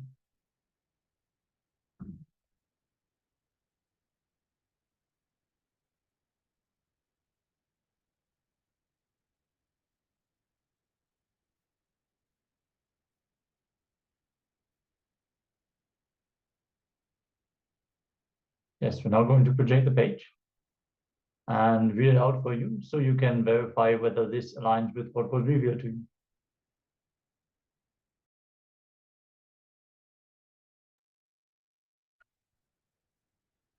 Drop the ego. A master is the one who makes you understand the purposelessness of life. When you search with a purpose, you miss reality. Because when you run behind the purpose, you miss the present. You simply miss existence. When you realize the purposelessness of life, a new consciousness starts blossoming in you. You will then understand that the diamonds that you were protecting all along are mere stones. You will understand that the things that you thought were great are mere toys. You will understand that money is not the real bliss that you are seeking. You are seeking beyond it. You will start looking at life as a great divine play of existence. You will enjoy the dreams, the drama, and play your role with utmost enjoyment and perfection. You will not live for goals. You will live for the sake of living and enjoying life. Understand that I'm not saying that you should stop earning money. Without money, there's nothing you can do in life. I'm only saying enjoy living every moment and make your goals just incidental. You must understand that the whole thing is just a drama and you are a player. When you get attached to goals, you miss this whole idea. In a drama, does it make any sense to get attached to your role or to another character or to anything? No. It will straight away seem ridiculous, will it not? In the same way, life is also a great drama, so don't get attached to it in any fashion. Just play your role and enjoy the whole show.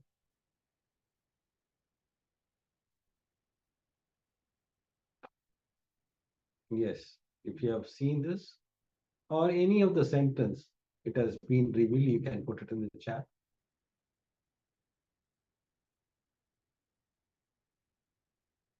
So that we can enter into the next powerful session from Swamiji.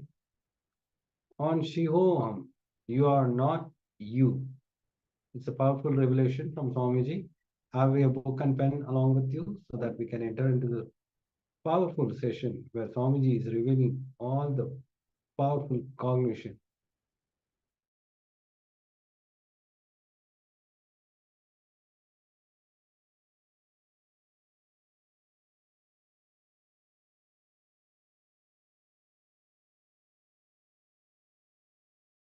I'm going to introduce you to you. As I said, you are not just the body or your mind or what you cognize as you. Listen, you are not just body or mind or what you cognize as you. Let me show you a simple presentation. Visualize this as a round.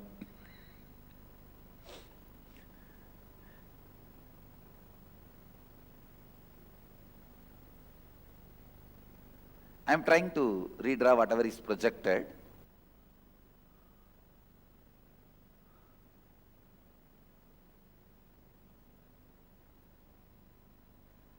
Actually, you are totality of your body. Please, the first component of you is your body, the physical body which you are carrying, which is made out of bone, flesh, blood. This is the first component. Then second is your breathing structure. Inhaling, exhaling, the breathing structure is the second. Third, your mind, sometimes up, alive, excited, sometimes depressed, sometimes frustrated, sometimes feeling guilty, sometimes feeling alive, bright, sometimes feeling tired, bored. Mind, that is the third part of you. Fourth, what you cognize as you, what in core of you, what you cognize as you, what you feel as you, that's the fourth part of you. Fifth, the bliss, freedom beyond all these four. I can say the glimpse of real you. The real you is not what you think as you. Actually, the real you is covered by what you think as you. So whatever you think as you, your body, your breathing system, your mind, your cognition, when you penetrate all these four, then you realize the real you. You experience the real you. These 5 layers, in each layer you have certain mental patterns, incompletions. I can say that when you travel in city, if you are going from here and want to cross the city, so many diversions. Suddenly one political rally, take diversion. Then road is cut by PWD, take diversion. Road is cut by BSNL, take diversion. Traffic jam, take diversion. Finally, instead of crossing the city, you will end up back in the same road. Now that's what exactly is happening in our life.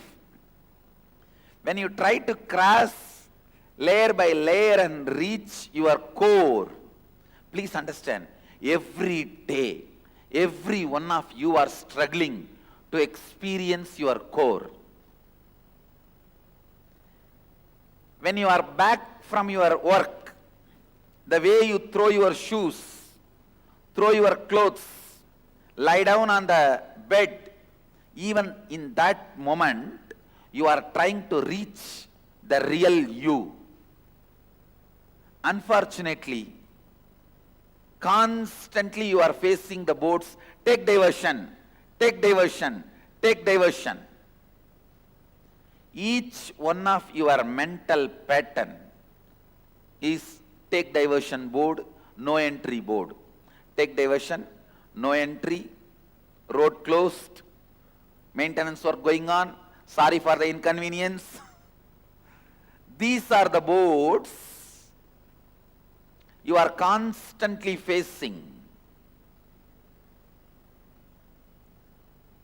Every pattern, every incompletion you are carrying is no entry board which stops you experiencing the real you. The real you. I should define the word incompletion. Words, thoughts, emotions, residues, hangovers of the past sitting in your present and not letting you live your future is pattern. Listen. Words, thoughts, emotions, hangovers, residues sitting in your past, not letting you live your future is incompletion or patterns. It can be as simple as morning cup of coffee. There are many people, without cup of coffee, they can't get out of their bed or they can't get out of their bedroom. Many can't even go for 1, 2, 3 without cup of coffee. Now it's a physical level pattern. It can be as simple as cup of coffee and as complicated as always attracting abusive relationships.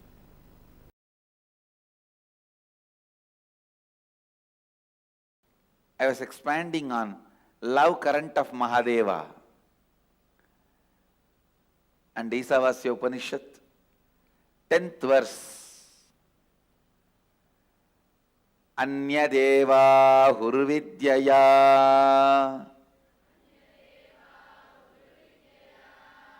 Anyata huravidyaya Idi shushruma dhiranam Enastat vichachakshire. Please recite along with me. Anyadeva hurvidyaya Anyada huravidyaya Iti shushruma dhiranam Enastat vichachakshire. Yes. The translation. It is said that by Vidya, the knowledge cognized from the right context of grasping the truth, consciousness, and the superficial knowledge acquired from the wrong context of grabbing, without cognizing the subtle truth, certainly a different result is achieved. Similarly, it is said that by avidya, the authentic actions and the ignorant actions, a very different result is achieved. Thus, have we listened from those wise beings who have explained that absolute principle to us. Essence, the sacred secret, the key truth from this verse. The context you set for you. Please understand. The context you set for you before entering into action or life is more important than your decision of entering or not entering into life and what you do or don't do in life. Listen once more. The context you set before entering into life is more important than what you do or don't do in your life. Context. If you set the context of bhakti, your travel becomes pilgrimage. Food becomes prasada. Water becomes tirtha. Ash becomes basma. Music becomes kirtan. Man becomes human. Understand, setting the context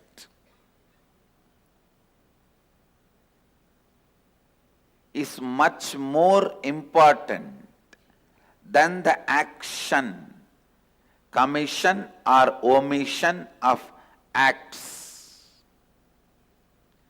Doing something or not doing something. Doing something or not doing something is not that important than the context.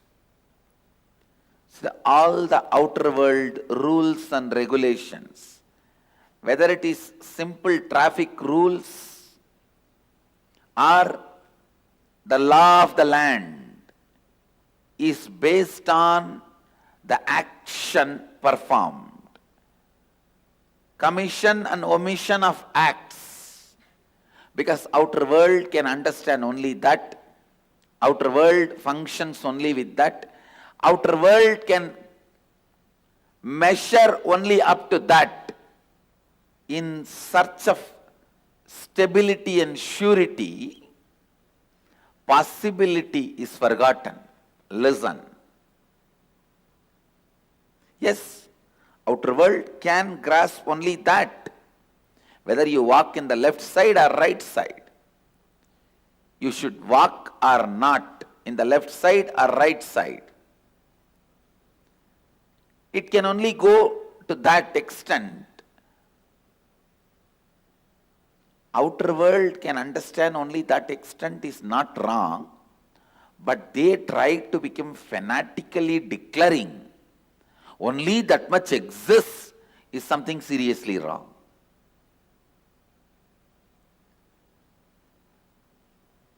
The outer world, materialistic beings, developing rules, regulations, laws, whether we should walk in right side or left side, whether we should go in left side or right side, whatever. Forming those rules, nothing wrong, useful for day-to-day life.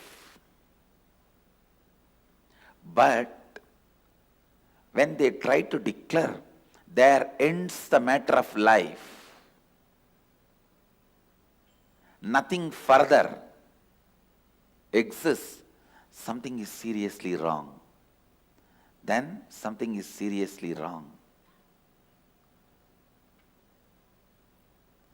Things which may be conducive, guiding you in day-to-day life, may not help you, may not be conducive, may not be useful in life and death life.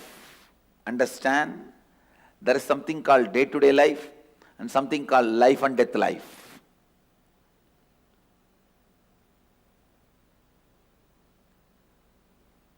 Which is conducive for your day-to-day life. Park in this spot, drive in this direction, walk in this place. These are conducive for day-to-day life.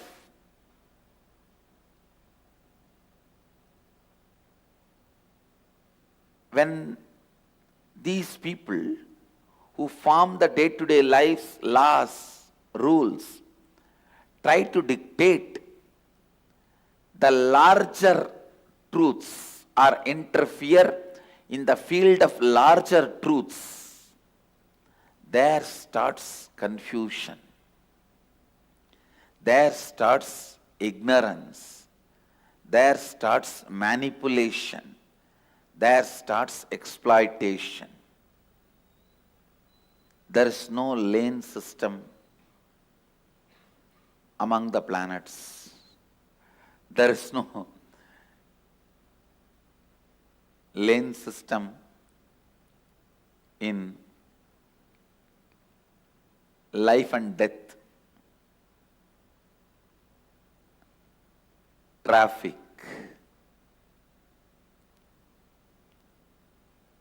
Understand,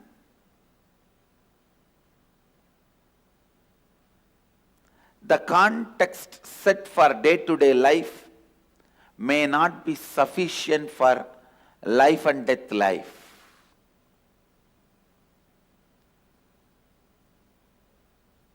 When you are entering into the street, you need to know traffic rules.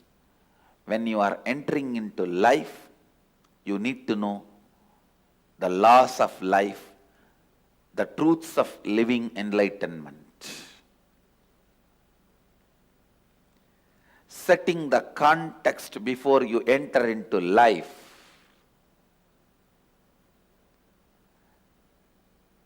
Please understand, life has no remote control. You have to get up and change it. Life has no remote control. You have to get up and change it.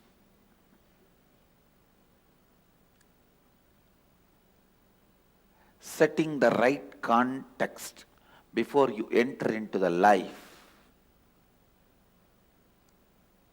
If you have the right understanding and context so much of activism.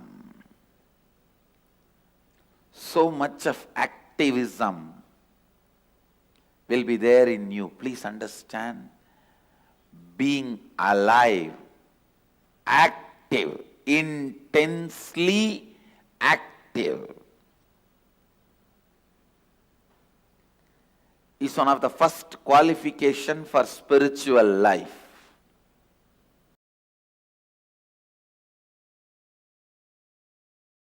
Please listen. This one technique can give you whatever you want and lead you to the space of not wanting anything. Enlightenment itself. Please listen.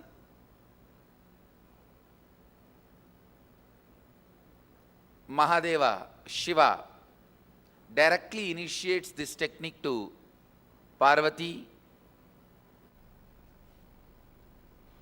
This one technique can give you health, wealth, happy relationships, whatever miracles you want in your life, and ultimately enlightenment itself. Please understand, I am not lying. I am not giving you false hope. I am not giving you too much of promises. I am stating the straight fact, straight truth to you. Mahadeva himself, Shiva himself, gives this technique to Parvati in Shivahama. Shivahama is a large literature. Techniques Mahadeva himself taught to Devi, Parvati.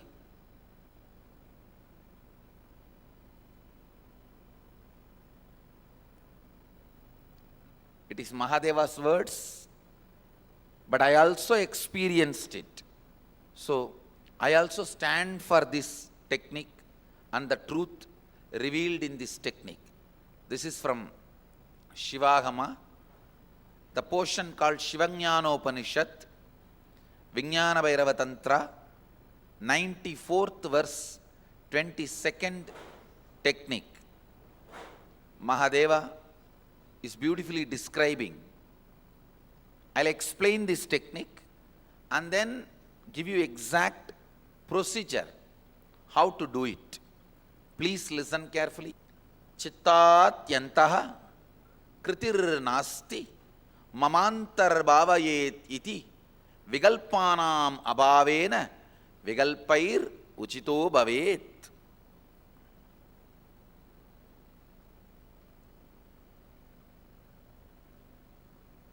It's direct Mahadeva's words.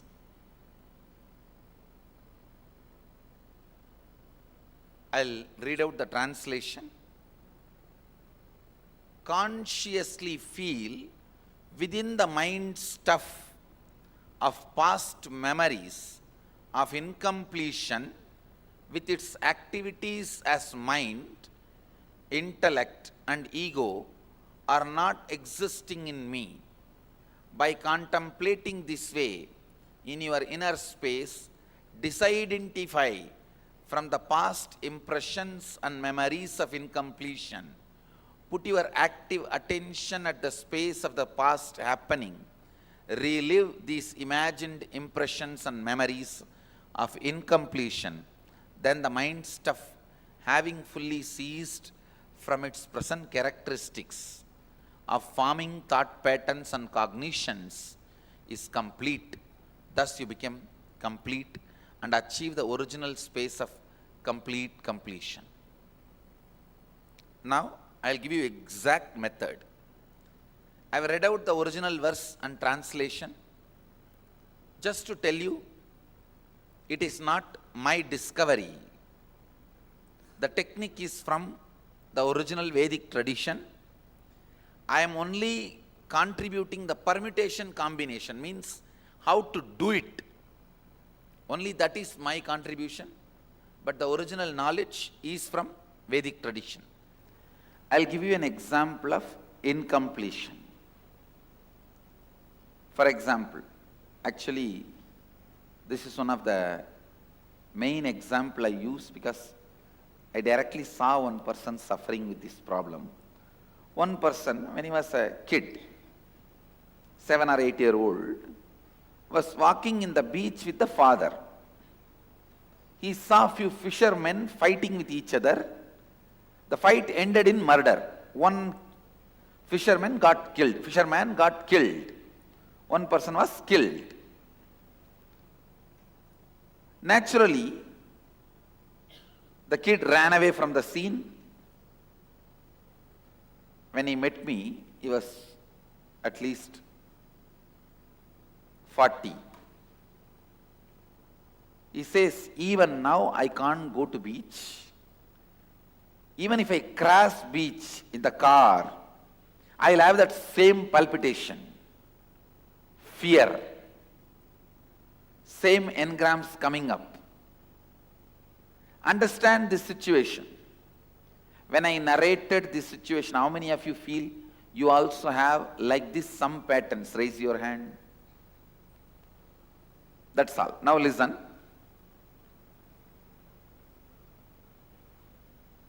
The situation, the incident which happened, the child is walking and he is seeing 3-4 fishermen, few of them fighting with each other. One got murdered. That situation, that is the root incident. When he saw that, the powerlessness he experienced, that fear he experienced, the child was not able to handle that situation. So naturally, he suppresses and runs away. Whatever was happening in him, the fear or powerlessness, even that feeling, maybe this will be done to me also. All that feeling, he just suppressed and ran away from the situation. Understand, whenever powerlessness is suppressed, along with that suppression, all the emotions associated in that situation, powerlessness means pain, suffering, fear, so many things, guilt connected to it, that I am not able to do anything in this situation. So many things associated with it. All that also gets suppressed. And as long as that suppression exists, this pattern will continue. Whenever he goes to beach, he will go through the same moments, experience, which he suppressed first time.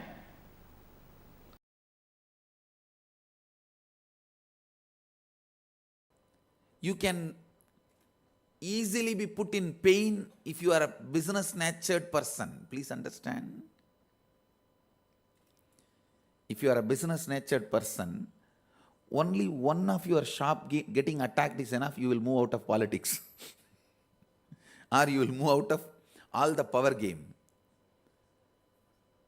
Always try to catch your nature based on your root pattern and fulfill that. That will bring tremendous feeling that you lived. Please understand. The feeling that you lived, that fulfillment that you lived, that is the first step for enlightenment. See, there are extraordinary Paramahamsas who doesn't even need to enter into life, who can just get everything out of their system and directly get enlightened. But 99% of us are not that way. We get into the regular life and go through the ups and downs and root pattern and everything. Only through this way we are going. So, 99% of us, the way we are traveling, please understand, the fulfillment you lived, self-actualization is the first step for self-realization. The feeling you lived is a basic requirement. In Vedic tradition, we call that as Pratyagatma Chaitanya Jagrata. The individual consciousness getting awakened in the body.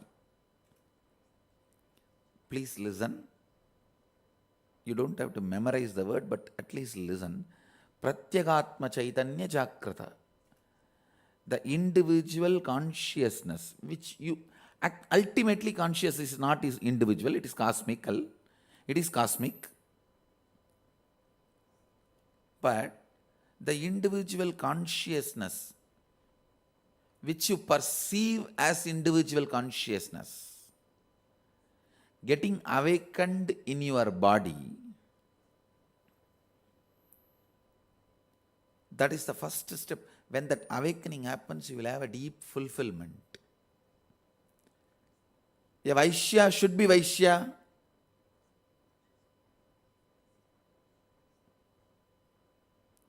Brahmana should be Brahmana. Kshatriya should be Kshatriya.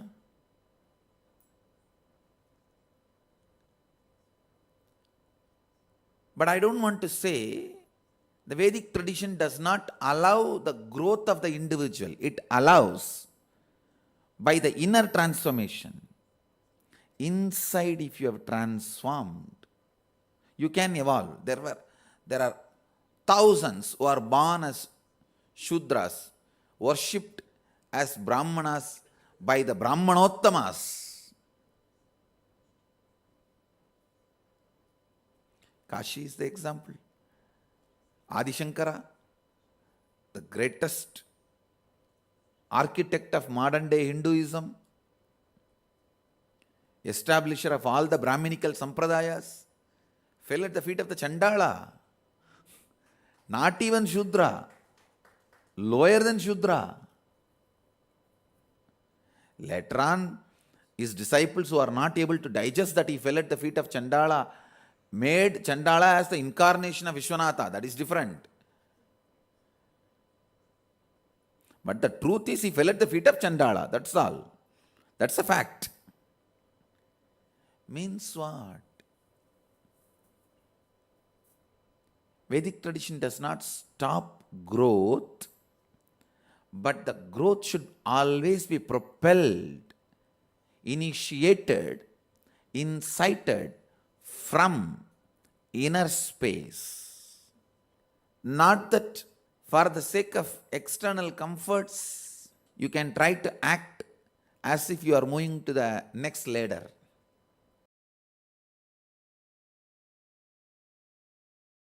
Fear is self-fulfilling, negative prophecy. Please listen. Nothing hurts you in your life than fear. Nothing hurts you in your life than fear. Listen. Listen. I'll repeat. Nothing hurts you in your life than fear. Fear. Even if you have some blind technique to break the fear, I tell you, follow it. Now people have really some blind techniques. Just they will chant some stotra, some God's names, or some mantra, or even sometimes cinema song. Now people have their own ways in the night time to walk alone, as if that cinema song will drive away all the ghosts and drive away all the negativity. People have their own, but I tell you, even if it is a crude, raw, blind techniques, anything which can break your fear, even divert your fear, I am not even saying breaking, even if it can divert you from your fear, please use it, because nothing can damage you more than fear. I am making one more statement. Listen, very important statement. There is nothing you can learn from your fear. Please listen. You always have a justification. Oh, only if I have fear, I will think and take proper decisions. No. It's complete crap. It is stupidity. Fear cannot give you the intelligence or the capacity to reason to take right decision. So just do not carry any justification to keep your fear alive. Please listen. How many of you have some justifications to keep your fear alive? Raise your hand. All justification is crap. Understand. Make this as a clear understanding within you today. Fear does not help you or awaken your right intelligence to take decision. Out of fear, you never made right decisions. If you believe the fear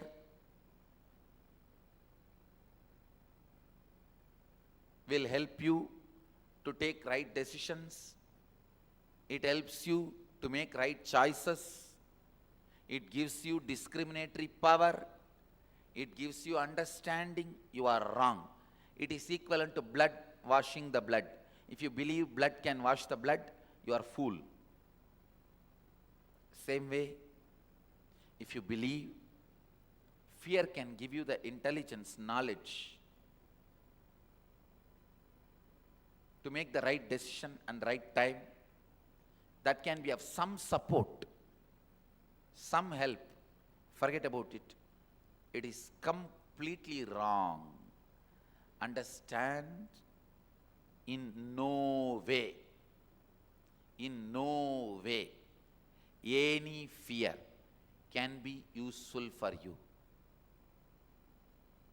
I just want to give you a few minutes for you to look into your fears, because you have layers and layers of fears.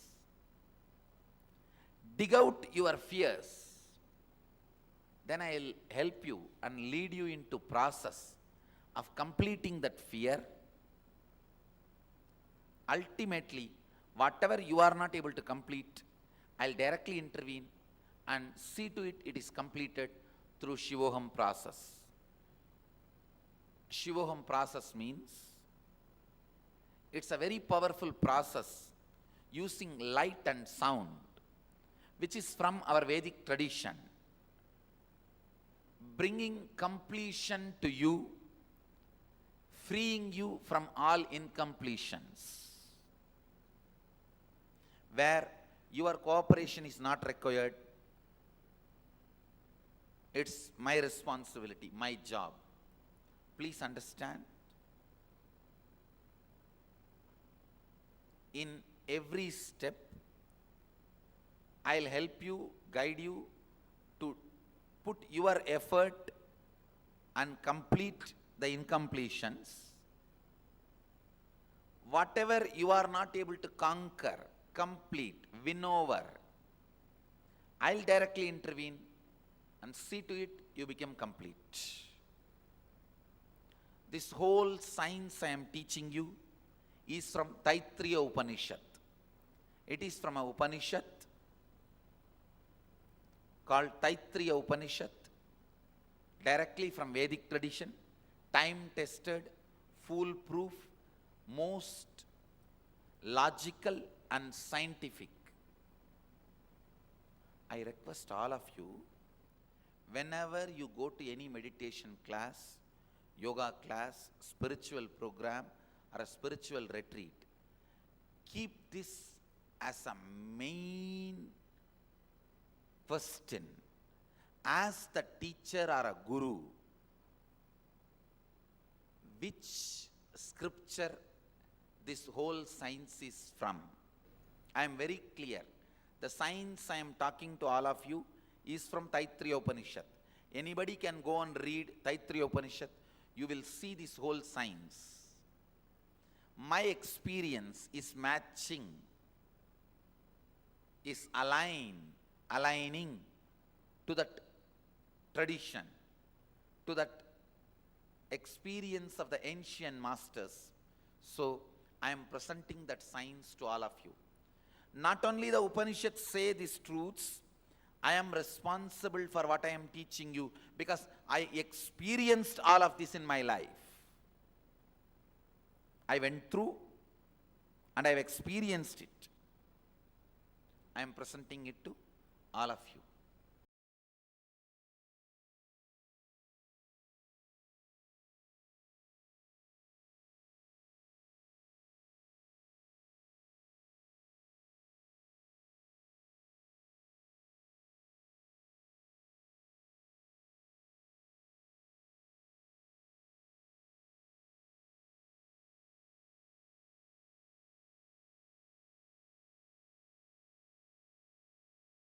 Think this Kriya helps people to receive teleported objects or materialize. I designed this Kriya mainly only for curing memory loss. Means curing all memory related problems, issues.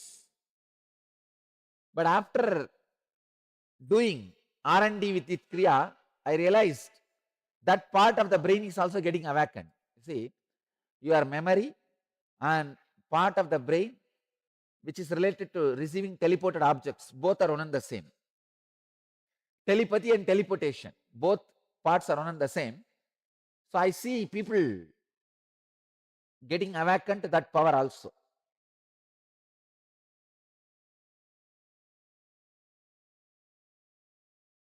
Today's Kriya you may need to master.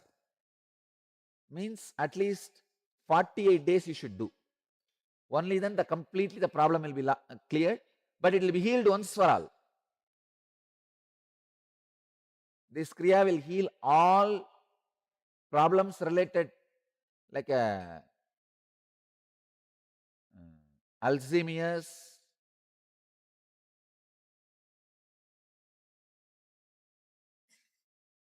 the problems related to memory loss.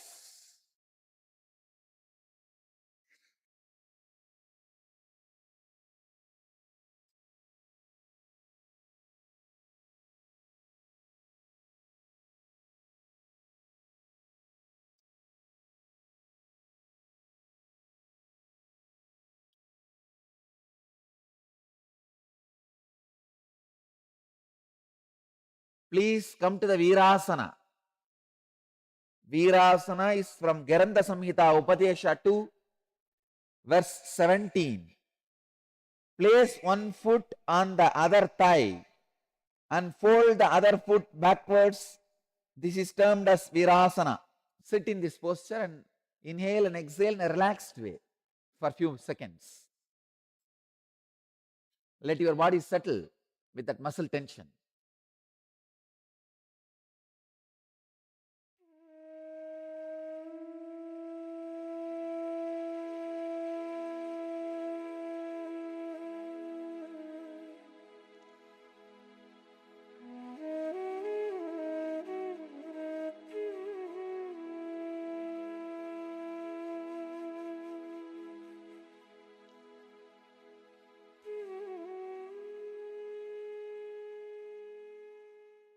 In Virasana, now we will start the next step.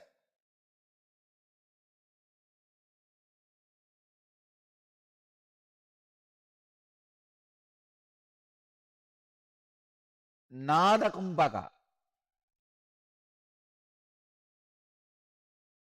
Chant the Homkara when you inhale deeply for prolonged time and hold with Omkara inside, exhale in a prolonged way with Omkara. Let me show you. Om.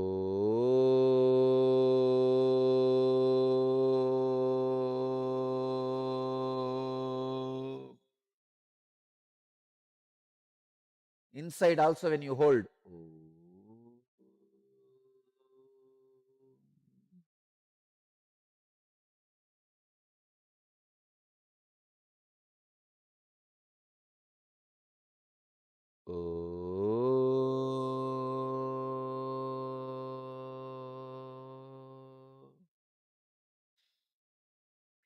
Understand? When you inhale with a prolonged way, through nose and mouth, both inhaling.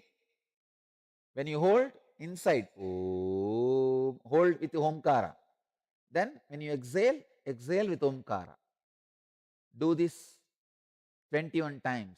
Hold as long as you can, judicially, based on your health.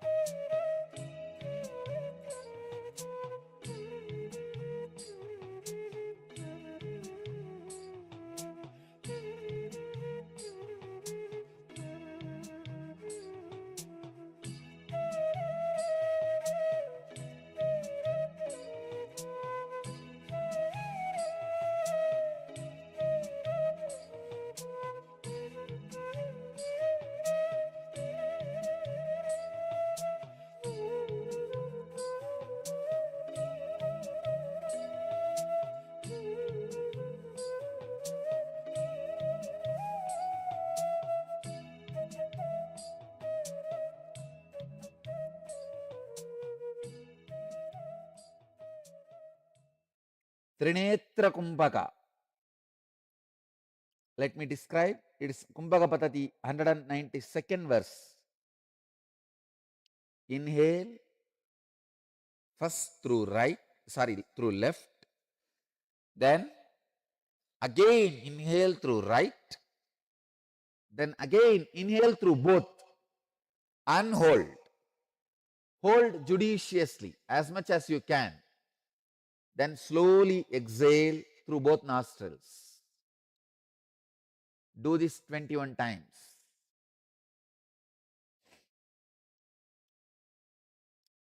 Inhale through left without exhaling. Inhale through right also.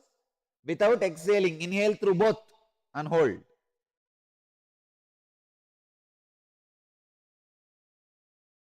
Hold judicially as long as you can, and when you can't hold anymore, exhale very slowly. Do this 21 times.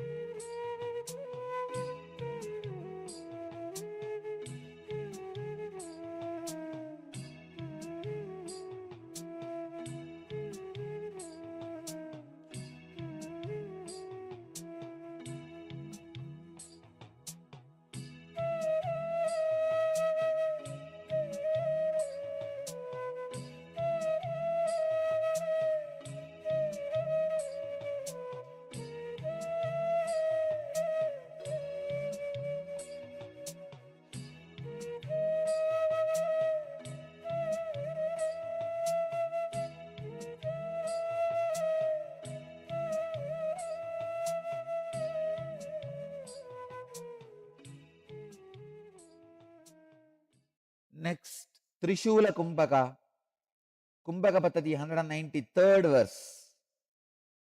Inhale through the nostrils and also through the mouth.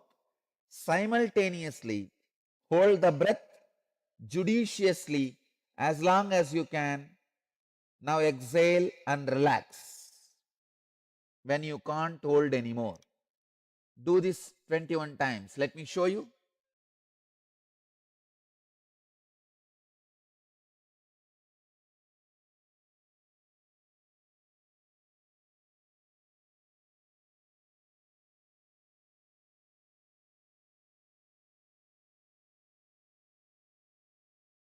Do it 21 times.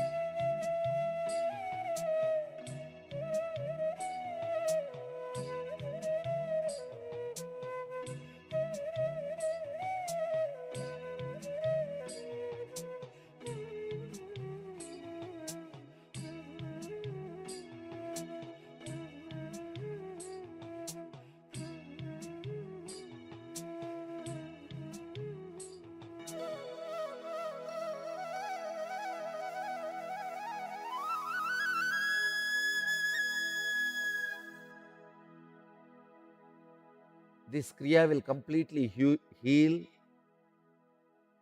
and cure all the problems related to memory loss. And if you do this regularly, your memory will be enhanced.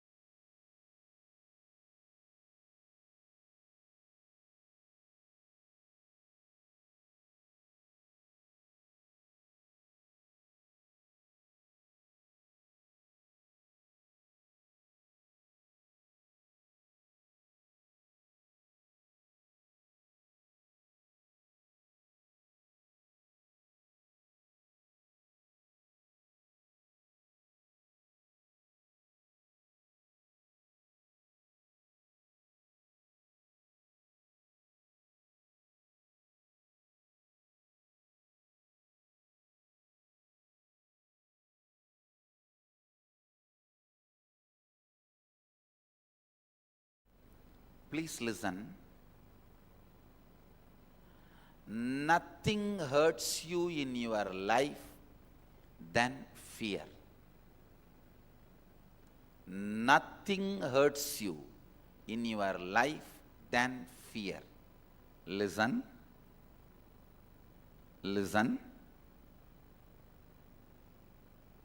I'll repeat. Nothing hurts you in your life than fear. Fear. Even if you have some blind technique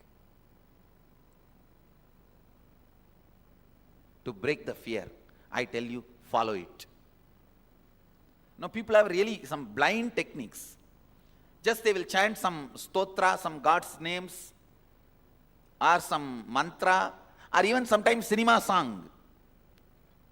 Now people have their own ways in the night time to walk alone, as if that cinema song will drive away all the ghosts and drive away all the negativity. People have their own, but I tell you, even if it is a crude, raw, blind techniques, anything which can break your fear, even divert your fear. I am not even saying breaking, even if it can divert you from your fear, please use it, because nothing can damage you more than fear. I am making one more statement. Listen, very important statement. There is nothing you can learn from your fear. Please listen. You always have a justification. Oh, only if I have fear, I will think and take proper decisions. No. It's complete crap. It is stupidity. Fear cannot give you the intelligence or the capacity to reason to take right decision. So just do not carry any justification to keep your fear alive. Please listen. How many of you have some justifications to keep your fear alive? Raise your hand. All justification is crap. Understand. Make this as a clear understanding within you today. Fear does not help you or awaken your right intelligence to take decision. Out of fear, you never made right decisions. If you believe the fear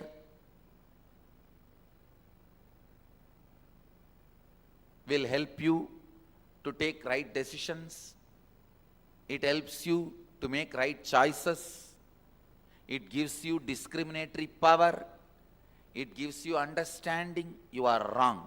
It is equivalent to blood washing the blood. If you believe blood can wash the blood, you are fool. same way, if you believe, fear can give you the intelligence changed. I was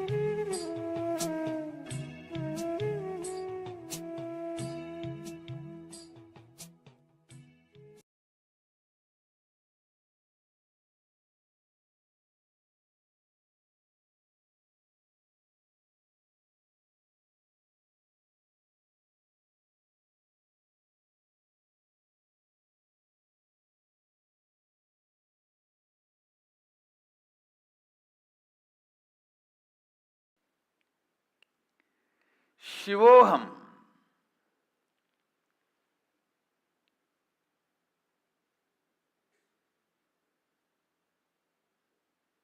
This truth is not only a reality, it can be a powerful medicine, antidote for all the root patterns you develop, parental conditionings you develop, societal conditionings you develop, and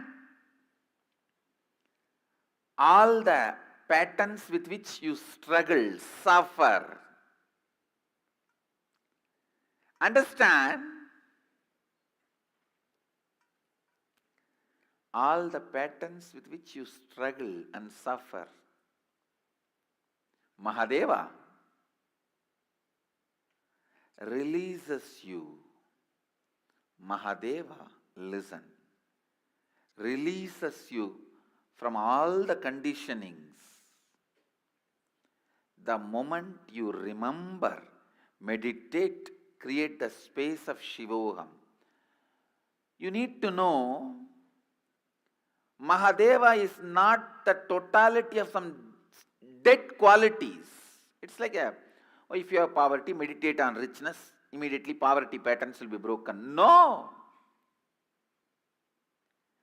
That is only a formula. If you are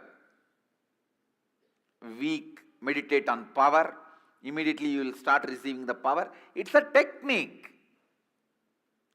If you are ignorant, meditate on knowledge and your knowledge will start opening up in you. It's a methodology. Mahadeva is not just totality of some good qualities. He is alive. When you invoke him, when you invite him, he just happens so powerfully, so beautifully, so alive, living. He just makes all this parental conditioning, social conditioning, societal conditioning, root patterns, engrams, he just makes them disappear, melts them away. When you invoke Mahadeva, Shivoham in you, don't think it is a technique. It does the help of technique also. If you do a technique, what all help will happen to you? If you do a meditation technique, what all the good things will happen to you? That also happens when you invoke Mahadeva in you. But that does not mean Mahadeva is the totality of these few dead qualities. No. He is a living, vibrant consciousness. See, if it is a technique, for example, if you have 5 layers of ignorance, if you meditate on knowledge till the 5 layers melt down, you will experience the knowledge. If you feel weak for last 10 years, if you meditate on power at least next 10 months, then slowly the weakness will melt down, you will feel power. That is a technique. If you have a blockage in your Kundalini energy flow, and blow your nose, do the pranayama and kriya properly till that blockage is removed, Kundalini will be awakened. That is a technique. But when you meditate Shivoham, it is not the strength of your meditation is going to decide the experience of Shivoham. No. He is conscious intelligence. You invoke him, you request him, Prabhu, please be awakened in this body, in this mind, in this buddhi, in this intelligence. Let you radiate whatever I know as me, aham. I am surrendering at your feet. I am completing it at your feet. Let you be.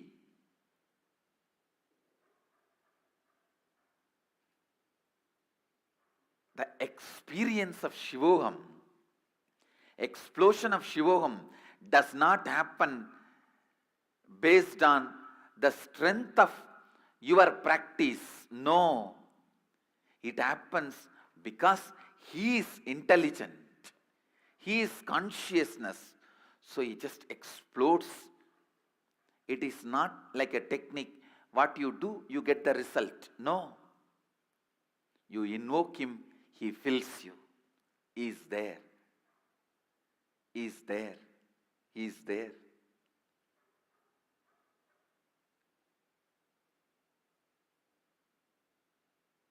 So don't think if I chant crore times Shivoham, then Mahadeva may occupy my whole being, then I may experience Shivoham. No.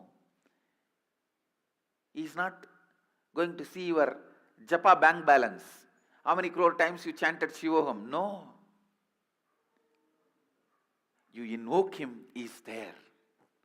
Because he is consciousness. Understand?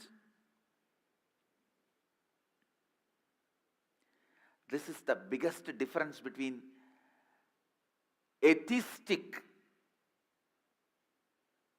non-dual philosophies and theistic non-dual philosophies. In theistic, listen, in atheistic non-dual philosophies, they say any quality you meditate, you imbibe that quality.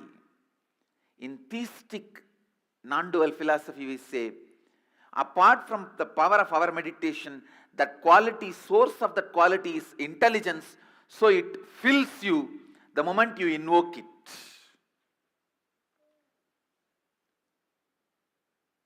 Shiva is not just the totality of few auspicious qualities. So by meditating on it, you become that. He is totality of auspicious qualities and consciousness. That is why when you invoke him, invite him, he occupies you and graces through you, radiates through you.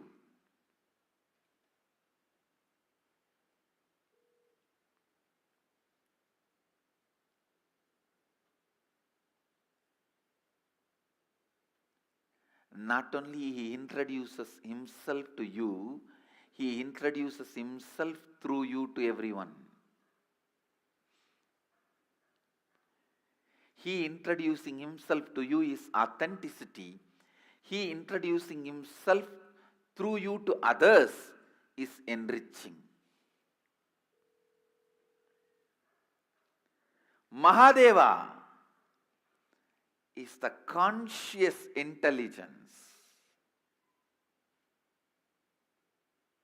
Shivoham is not technique, it's a conscious process. Meditate on Shivoham. Don't think your japa repetition, the strength of your meditation is going to bring the results. No. He is conscious intelligence. You meditating is nothing but invoking him, requesting him to fill you, to radiate through you.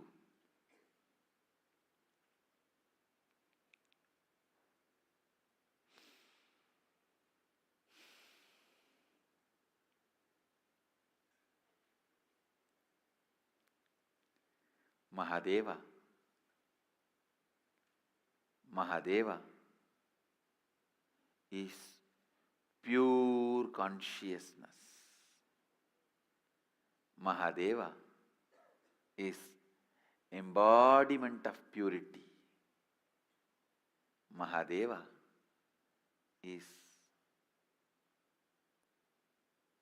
alive. I can't say, just because I chanted Shivoham for millions of times, I started experiencing Mahadeva. No.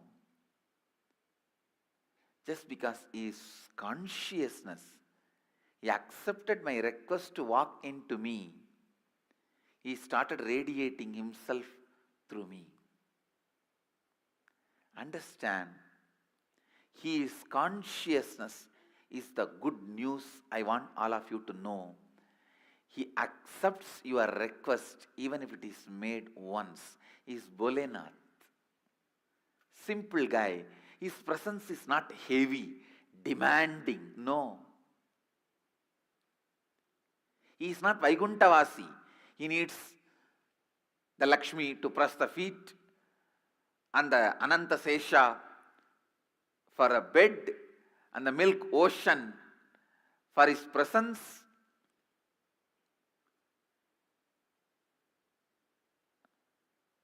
And all the best things, Shamantaka, the best, greatest jewelry for wearing. No, I am not disrespecting Vishnu. All I am trying to tell you is, Mahadeva is Bholenath. Even if you are already depressed like a cremation ground, you are almost there, your whole mind is dull, dead, depressed cremation ground, even then, he is happy to dance there. And all your thinking, feeling, everything is full of negativity, negativity, negativity, negativity like a ghost. Even then, he is ready to have you as his companion. Understand? He is too simple and his presence is not that heavy. His presence is powerful but not heavy. Heavy means demanding. Powerfulness is different. Heavy is different. He is Bholenath. His presence is never demanding. His presence is so powerful, but not demanding. Understand? Invoke him, request him, pray to him, ask him, invite him to your inner space. Mahadeva, whatever I know as Aham is a bunch of my root patterns, social conditionings, parental conditionings, layers and layers of patterns, samskaras, and the past life karmas. But this is not too big for you. You can burn all this, and this cannot be the reason why you are not happening through me. Can this stop you happening in me? I am completing this and surrendering at your feet. O Prabhu, happen in me. O Mahadeva, happen in whatever I feel as me. Let Aham become Shivoham. Let Aham become Shivoham. Invite him. Invoke him. Request him. Understand, he is conscious, alive, present. I can't say he happened to Brahma and Vishnu and Devi on this very day. I should only say he is still happening. He is happening.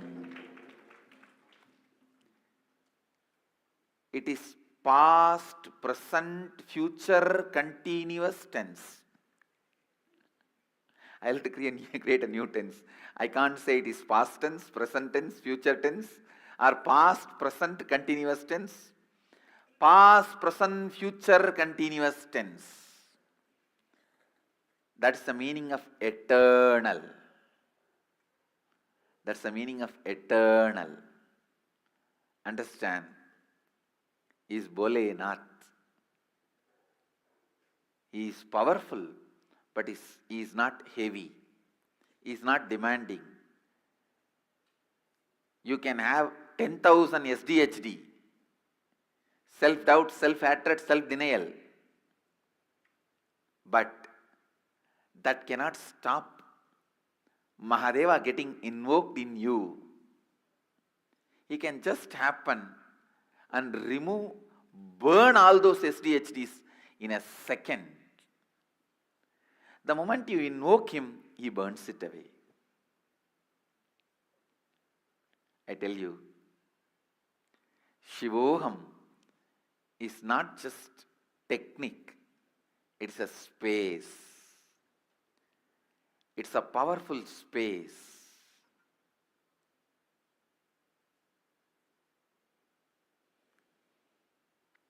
Radiate the power of Mahadeva. Radiate the power of Mahadeva. Radiate the power of Mahadeva. Shiva, Shiva, Shiva.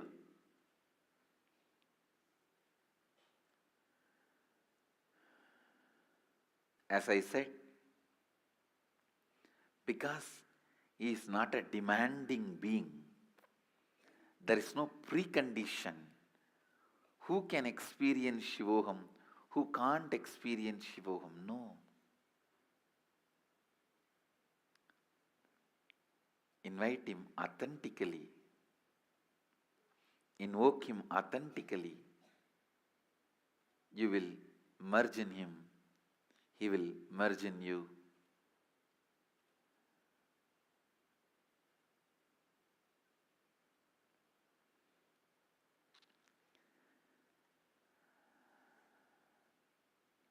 The ocean of consciousness,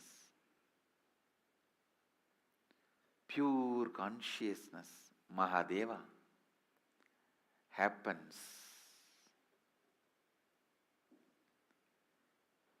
and radiates. He radiates. He happens. Shiva, Shiva, Shiva, Shiva, Shiva, Shiva, Shiva.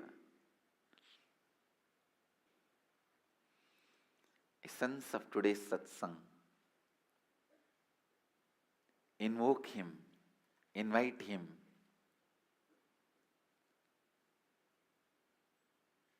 To radiate in your inner space.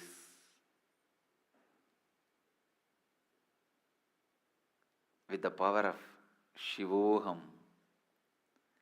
making Shivoham as the experience. Actually, when I saw the tortoise first time I saw tortoise in my life, near Thiruvannamalai on Satanur Dam. There is a dam near Thiruvannamalai where they have this crocodile park and they have few tortoise also. Huge one. Must be at least 2 feet high and 4 feet long, wide. Huge one. I have never seen that size after that. Tortoise live for quite a long time. It seems they live even up to 250 years. Their breathing system, everything was so perfectly designed. They just go on, live, like your old mother-in-law.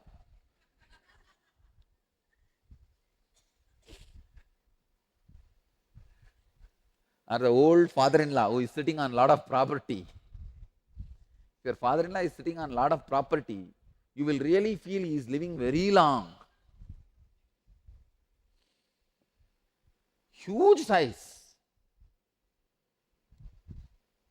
And you know, these kids, the moment they see that tortoise or any animal, they try to throw some fruit or sweet, or they try to feed. So all these group of boys, all of us went from the school. Usually in the schools, they'll take you for the education trip and all that. useless thing. It is just little fun. You go with all the students and jump around, and that's all, nothing much. So,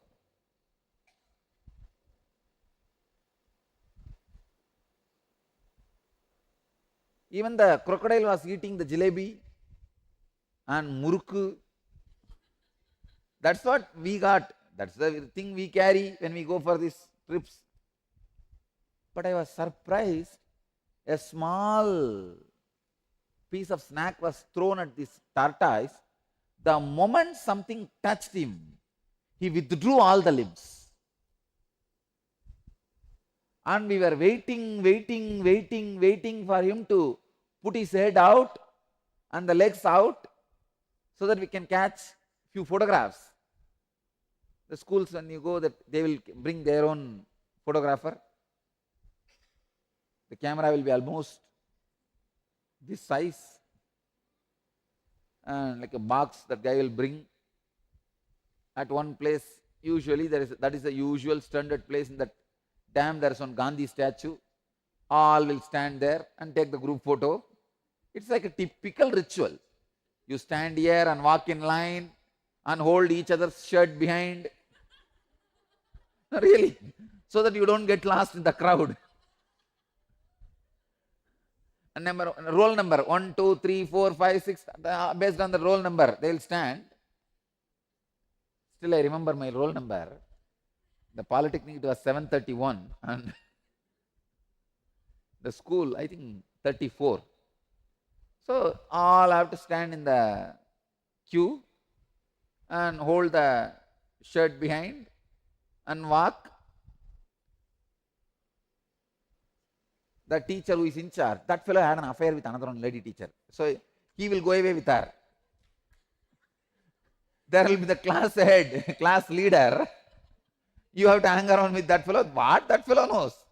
He is also of my age. Maybe a little tall. Usually the tall, well-built guy is put as a class teacher. And he is a little tall guy and well-built, that's all. And he will walk the same typical path and you will have to follow. And it's like you are sitting inside the train, you can see both sides, that's all. That's the only advantage. And dang, go and finally stop in one. There will be regular canteen. Already pre-ordered food will be there. Eat that and take little snacks, whatever you brought in your hand, and leave your bags and baggage. And then walk and go. There will be some monkeys too. You can throw a little for them. Anyhow, it is a typical trip. So, all of us wanted to have a photograph with the tortoise.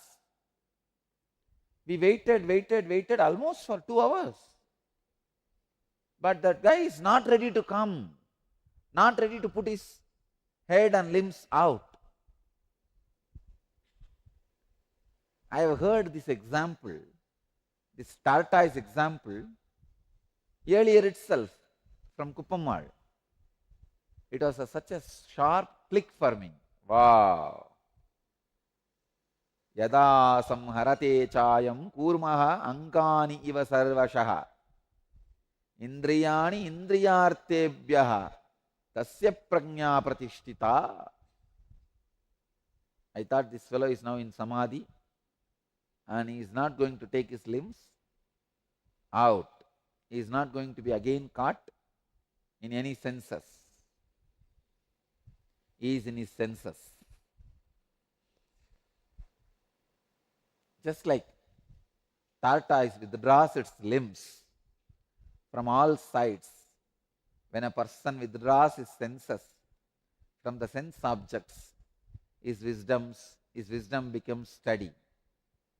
When a person completely withdraws his sense organs from the object of the senses, like a tortoise withdrawing its limbs on all sides, then he is said to be established in intense unclutching.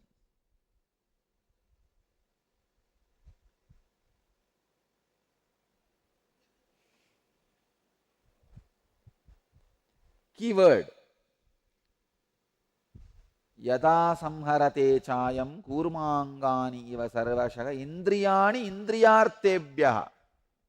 The key word is indriyani indriyartebhyaha. Withdrawing sense organs from the object of the senses, like a tortoise withdrawing its limbs.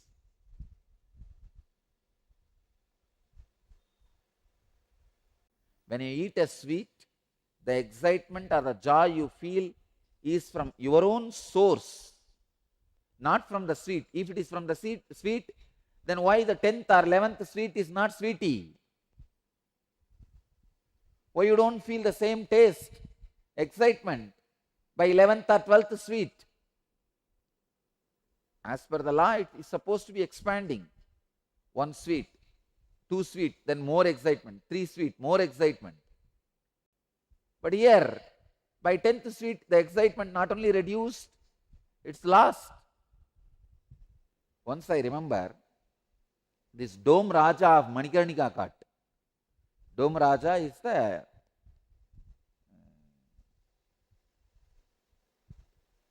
successor of Harichandra, the present generation of the Harichandra. Dome Raja gave a feast. The Dome Rajas were supposed to be the, as on now, very low community. So this high class Pandits and Brahmins will not go for the Dome Raja's Bandara. The Dome Raja gives this Bandara feast for all the sadhus once a year to wash all his sins, purify himself of burning these dead bodies day in and day out. So, he is a very humble man. I know the present Dome Raja, very humble man. Any sadhu comes, I know many of them who come there, not even sadhus, just ordinary beggars. They come there for food, temporary decoration. But he is so humble man, he will fall at everybody's feet. You understand? He is in charge of that Manikarnika Ghat. He gets the money which is paid for burning the dead bodies in the Manikarnika Ghat. Per day around 360 bodies are burnt average. And that fire is supposed to be eternal, which is not put up for last, I don't know how many thousands of years. It is there. So this Dome Raja is a rich guy. It's not a poor guy, understand? He's a rich guy. But still he himself comes personally, inspects and takes care of burning the dead bodies every day. This Dome Raja, present Dome Raja, is little intelligent, so he is maintaining the Ganga also pure. He takes care that half-burnt bodies are not thrown in the Ganga, and he is a very nice person. Only if the relatives are, of course, these are very intelligent things. Only if the relatives are of, all of them are there and certified it's a natural death, he will cremate the body. All that he has done very wonderful job of organizing that whole area.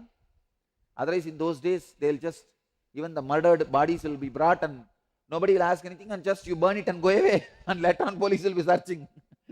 Because even the ashes will not be left, it will all be in the Ganga. So, he made everything now organized. This Dome Raja was giving a feast, Bandara. Only, as I said, that low community sadhus, means the sadhus and the priests who are from lower community, only they will come and attend. The upper class Brahmins will not come and attend this Dome Raja's Bandara, because Dome Raja is supposed to be the low community.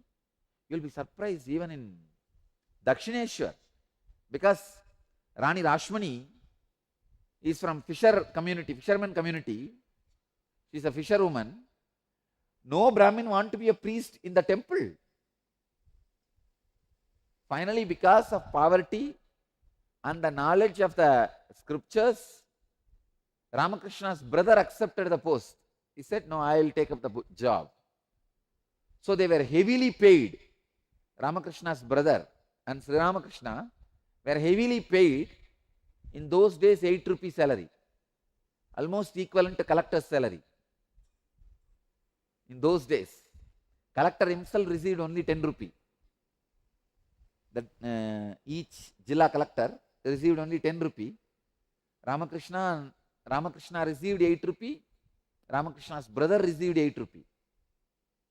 So those days collector's salary, because the upper community, Brahmins will not go for the lower caste people's ritual or the temples and all that. So this Dome Raja was giving a bandara. I don't have a caste or community problem. I said, come on, he's giving food, that's all. I had my death experience in Manikarnika Ghat only. After my death experience, when I came back, I was going around and that Dome Raja was talking to me in broken Hindi. Baba, what? 3 days you sat silently in dhyan, in meditation. I asked him, I told him, yes, I had some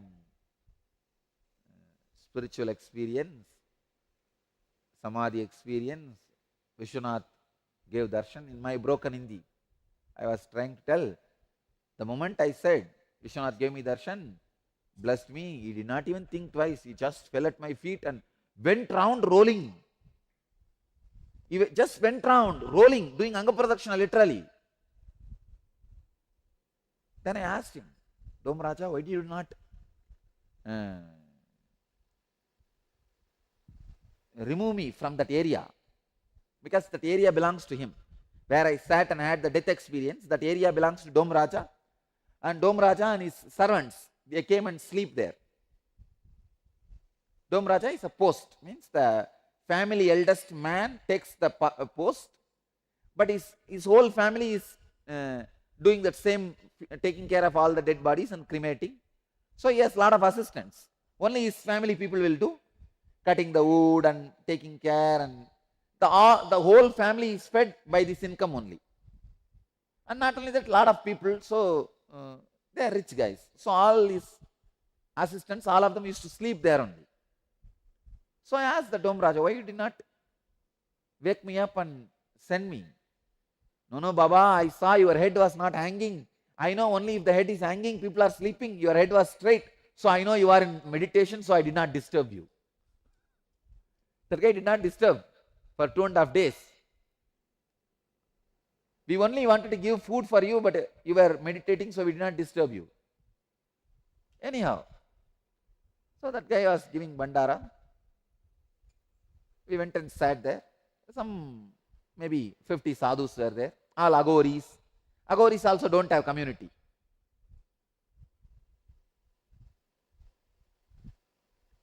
Agoris and some Vedantic sannyasis who are from the low community.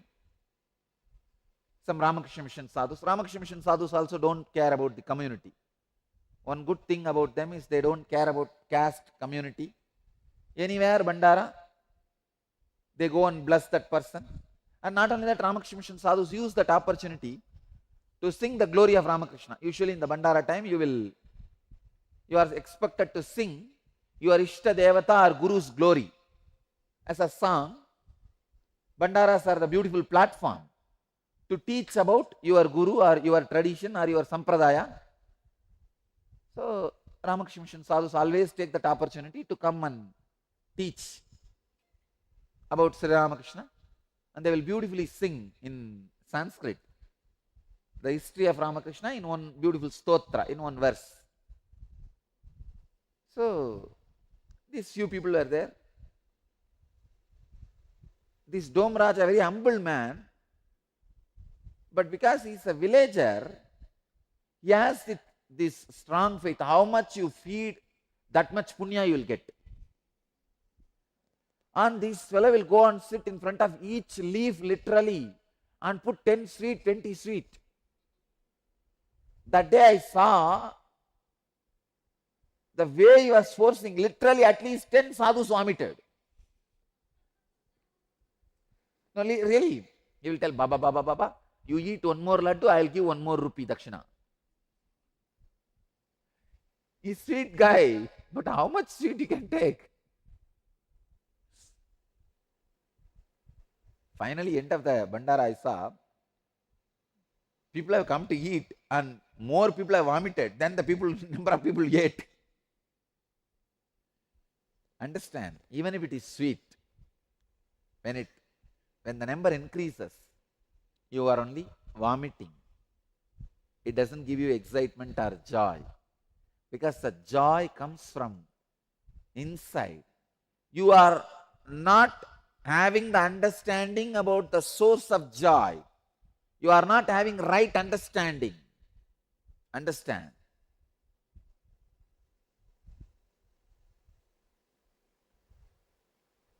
A small story.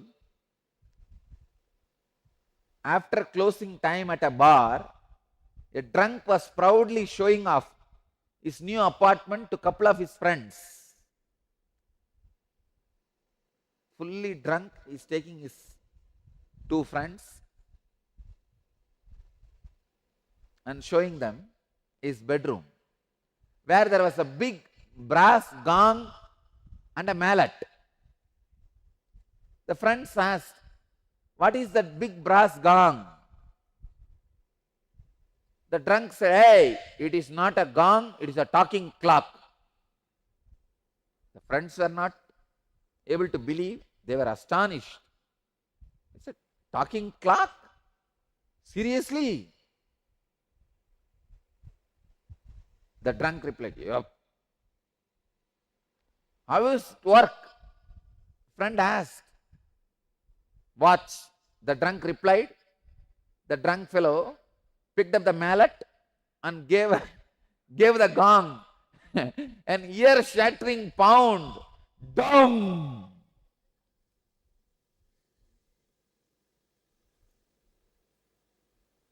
All the 3 stood looking at another for a moment.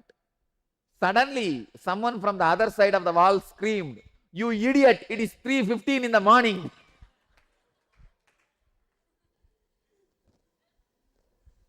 Understand? The sound is not coming from the clock. It is coming from the neighbor. Same way, joy is not coming from the sweet. It is coming from the Atman. Having the understanding about the wrong source, a wrong understanding about the source, will make your life hell and others' life also hell. Understand? As long as you are thinking it is the Irish clock, it's the talking clock, the neighbor cannot sleep. As long as you think your spouse is the source of your joy, she cannot sleep or he cannot sleep. As long as you think sweet is the source of your joy, the man who is supposed to supply sweet for you cannot sleep. When you have wrong understanding about the source of your joy, neither you can rest nor the other person can rest. So, understand the right source of joy, your wisdom becomes steady. You are established in intense unclutching. Tasya prajna pratishtita.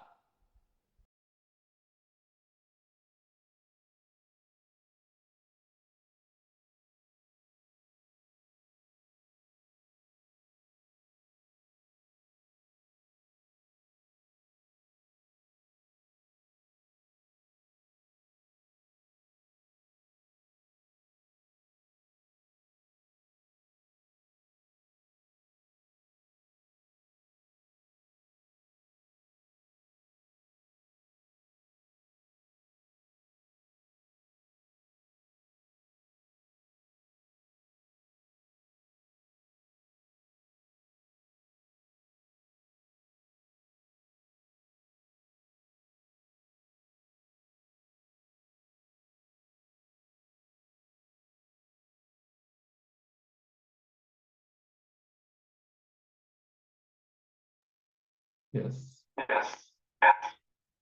So many beautiful sharings from Swamiji on his own death experience in the Manikarnika Ghat. The experience of Shivoham and on the light within. If you have powerful cognition that you have received during this session, do share it in the chat. Fear of being judged, fear of ruin, fear of loss. Okay, thank you for sharing. It's always welcomed when you share your experiences.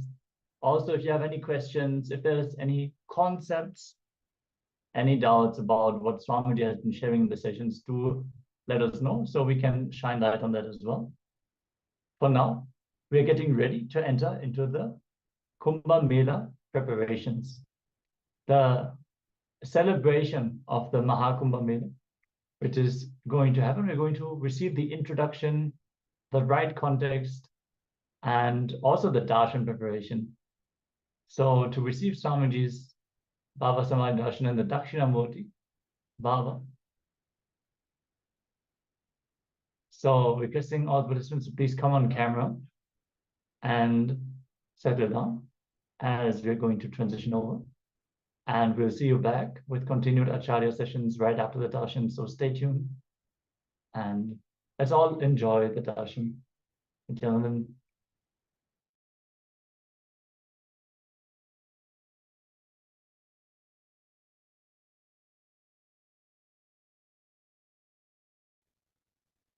Then I'm sorry about that for the technical glitch.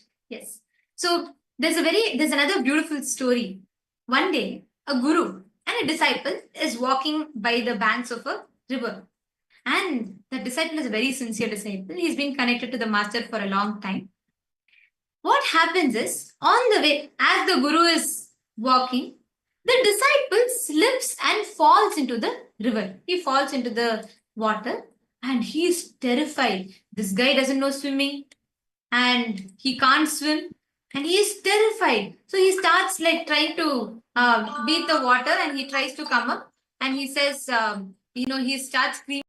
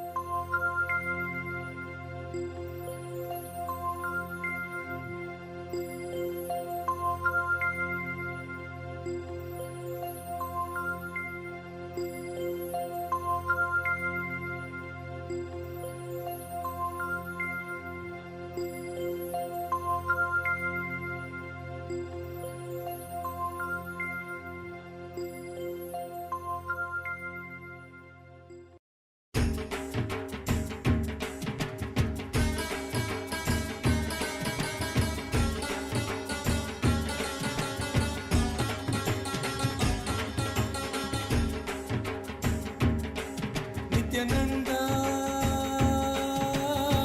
Hara Shiva Shiva Murahara Damar Bhaje. Nithyananda, Hara Shiva Shiva Murahara Damar Bhaje. Jaya Jagadodharana, Jaya Nitya Jagadishwara Harana. Shri Nitya Jaya Nitya Hara Paramahamsa Shri Nithyananda. Nithyananda, Hara Shiva Shiva Murahara Damar Bhaje. Nithyananda, Hara Shiva Shiva Murahara Damar Bhaje. Jaya Jagadodharana, Jaya Nitya Jagadishwara Harana. Jaya Nitya Jagadishwara Harana. Shri Nitya Jaya Nitya Hara Paramahamsa Shri Nithyananda. Nithyananda, Hara Shiva Shiva Murahara Damar Bhaje.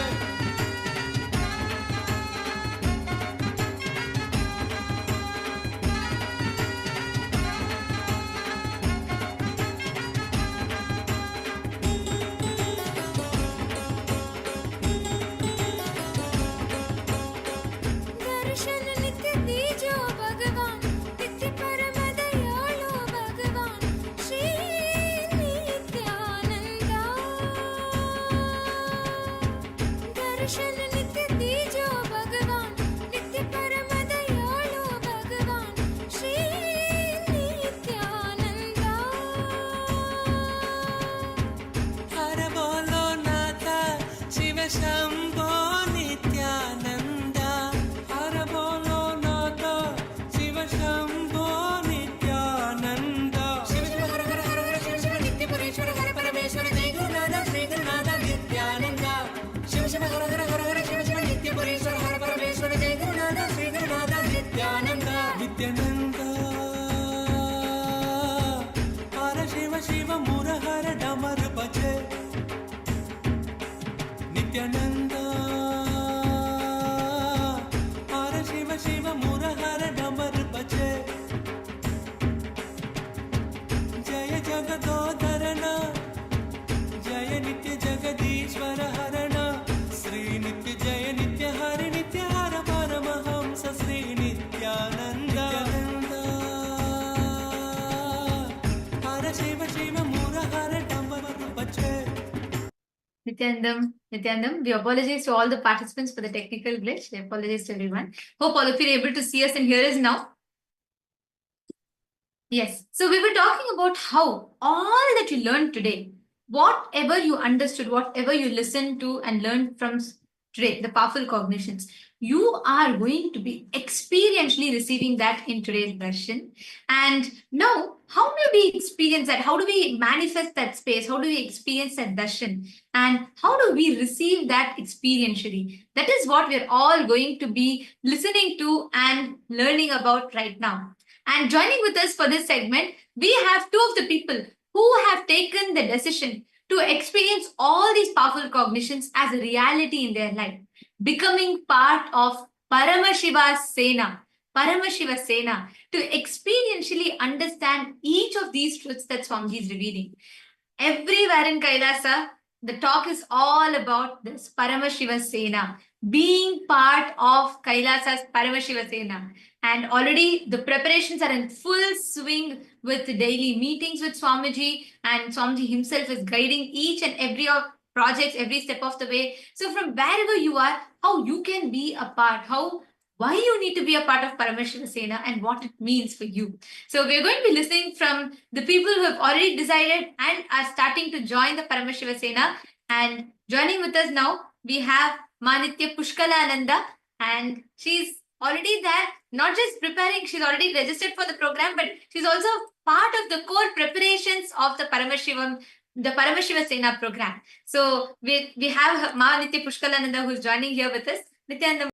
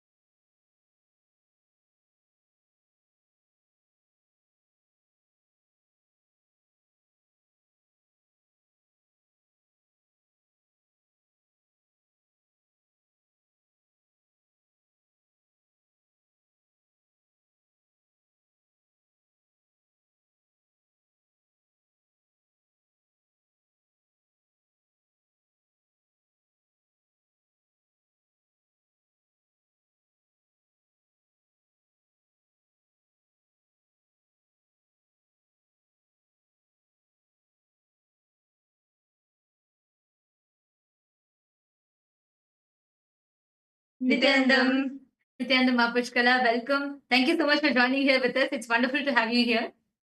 Nithyananda, I'm very excited to be here. Thank you so much.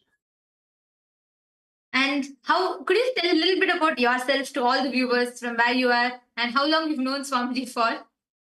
Yeah, absolutely. There's so much I can say when it comes to Swamiji because there's just so many sweet moments and breakthroughs all my life being with Swamiji. But just a short introduction, I've been with Swamiji since year 2009 and I'm currently in the USA. Wow. Okay, 2009. Wow. So actually, I have seen you being part of so many different things, being showered by Swamiji. You have also experienced the physical darshan and so many things. And now you are also the part of Paramashivoham. And Paramashivoham already started, the program has begun. Swamiji is conducting the meetings and like Swamiji himself is planning so many things. So the excitement is really so high as well. I just wanted to ask you, and like I know you're here to share your excitement, your experiences with all of us. Could you just share a little bit about your background in sense of what kind of a professional background you have and what kind of experiences you have had and how you feel today to be a part of this Paramashivoham program? Absolutely. So, Ma, what I can say for me is, as far as my profession goes, I come from different backgrounds. So currently I'm in the public health. I'm working with the public health. And what I can say for me is I've always felt like Swamiji has raised me himself. So it's since I've been with Swamiji, he's prepared me for the outside life, right? And so he's upgraded my lifestyle and the fulfillment in whether it's